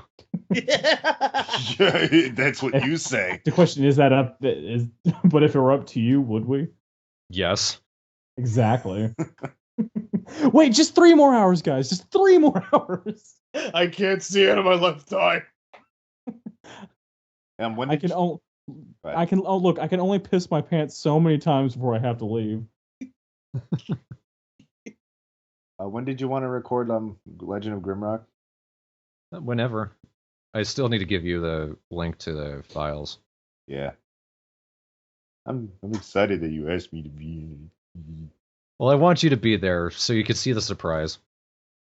Okay, and then you won't let me into any more videos. Exactly. Hey, Jacob, here's the try. No, get the fuck out. We know you haven't watched all of our videos. I haven't. Which is a sad thing. Even our friends won't add views to our videos. Oh, no, our What did friends that hate say? us. They're like, you guys fucking suck. Yeah, they're like, stop talking about it. we want to see guy who's awful at games all the time. That's Sleeping a good Dogs, show. what's that? Hey, I'm Yoshi's girlfriend, and I only watched 2 episodes of this one thing and thought it was too boring, so I stopped. Also, I hate him, especially Travis. Wow, Ashley, that's so mean. How could you? Look at me, my name's Jacob. I'm not watching one of their Let's Plays because I need to play the game that I'm never going to play. I played a little bit of... Okay, here's what happened. I played a little bit of The Last of Us while at CJ, so we're going to play more of it together. But I got to the part...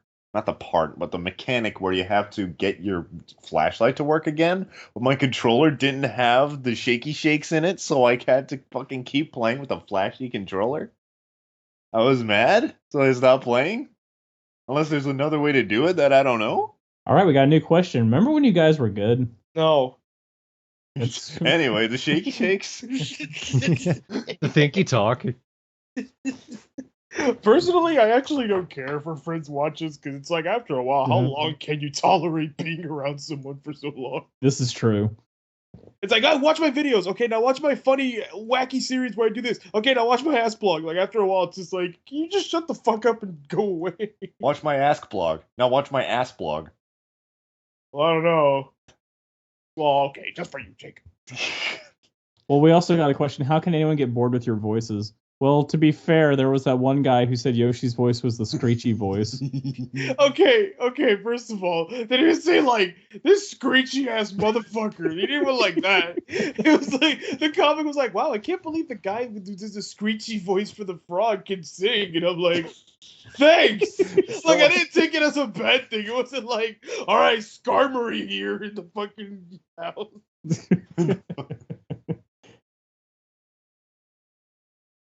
I feel like if we ever did like some, you know how like movie posters usually, or like movie trailers end up putting things where it's just like feel good movie of the year. We just need to put those kind of comments. The screechy voice guy can kind of sing. Sparkly sound effects. I mean, visual effects. Some guy asked, can you do One Punch Man a bridge? No. We've gotten comments like these sound like the voices from the Midnight Frogs. You thief. You think we're making these up, but these are all real. Yeah, I remember that. I actually recently watched the podcast where he talked about that. This user says, I saw the podcast. This one user says, this is not taking place in Philadelphia. This is actually in Boston. I know. This user says, foist. This user says, the brick thing works, you just don't know. And I'm going to remind you in the next 50 videos. Stupid. See, I think I mentioned before on that Last of Us thing is that when comments like that start showing off, you have this little tickle in your heart where you're like, do I want to be vindictive about this? Do I want to not do it out of principle now? I think my favorite comments were like for the punch out was like, hey, you're doing too good. Can you like not? Yeah, like, well, you kind of saw what they did.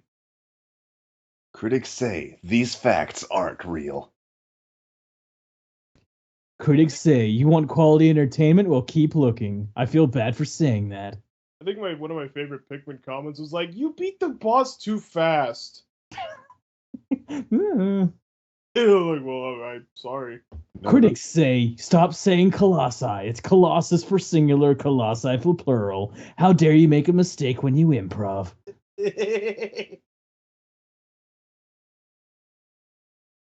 We love you guys. So we have a Patreon if you really. We're so good at this.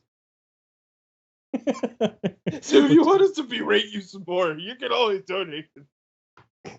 Hit our $50 goal, we'll insult you. And it won't even be a clever insult. Fuck you. Thanks for the bucks. We're microtransaction insults. Wants to uncensor that curse word, pays 50 bucks. Well, I need to know what the F word is. Well, I guess no one else has questions, so let's just call it. Yeah, this has been a fucking long ass podcast. Yeah, God. I missed like most of it, but it still feels long. Long ass podcast. What you doing over there? It's It's okay, strong bat. okay, me. I can do it on my own. Are we going more just Homestar dirty talk? Oh. Oh no, I could do it on my own. you don't put it in there, no. Wrong. So yeah, I'm just gonna explain this really quick. Well, I think while Jacob and I were script writing, just out of nowhere, I forget what triggered it, but I just started doing dirty talk as Homestar Runner. I don't remember how it happened either, and I was incredibly uncomfortable the whole time. That's why I kept doing it. And then I thought I washed up to the idea because the phrase "put it in one way" was really funny to me, but that was the only thing that was funny to me. Everything else was just like, ew. And with that, we're gonna Look into the podcast. It's coming. Get the fuck out of here. Thanks for coming, everybody. Happy 6th anniversary, everyone. Yay! Now go do yourself. And here's to 6 more. Oh God, no! I'm in here's- my 30s and still doing it.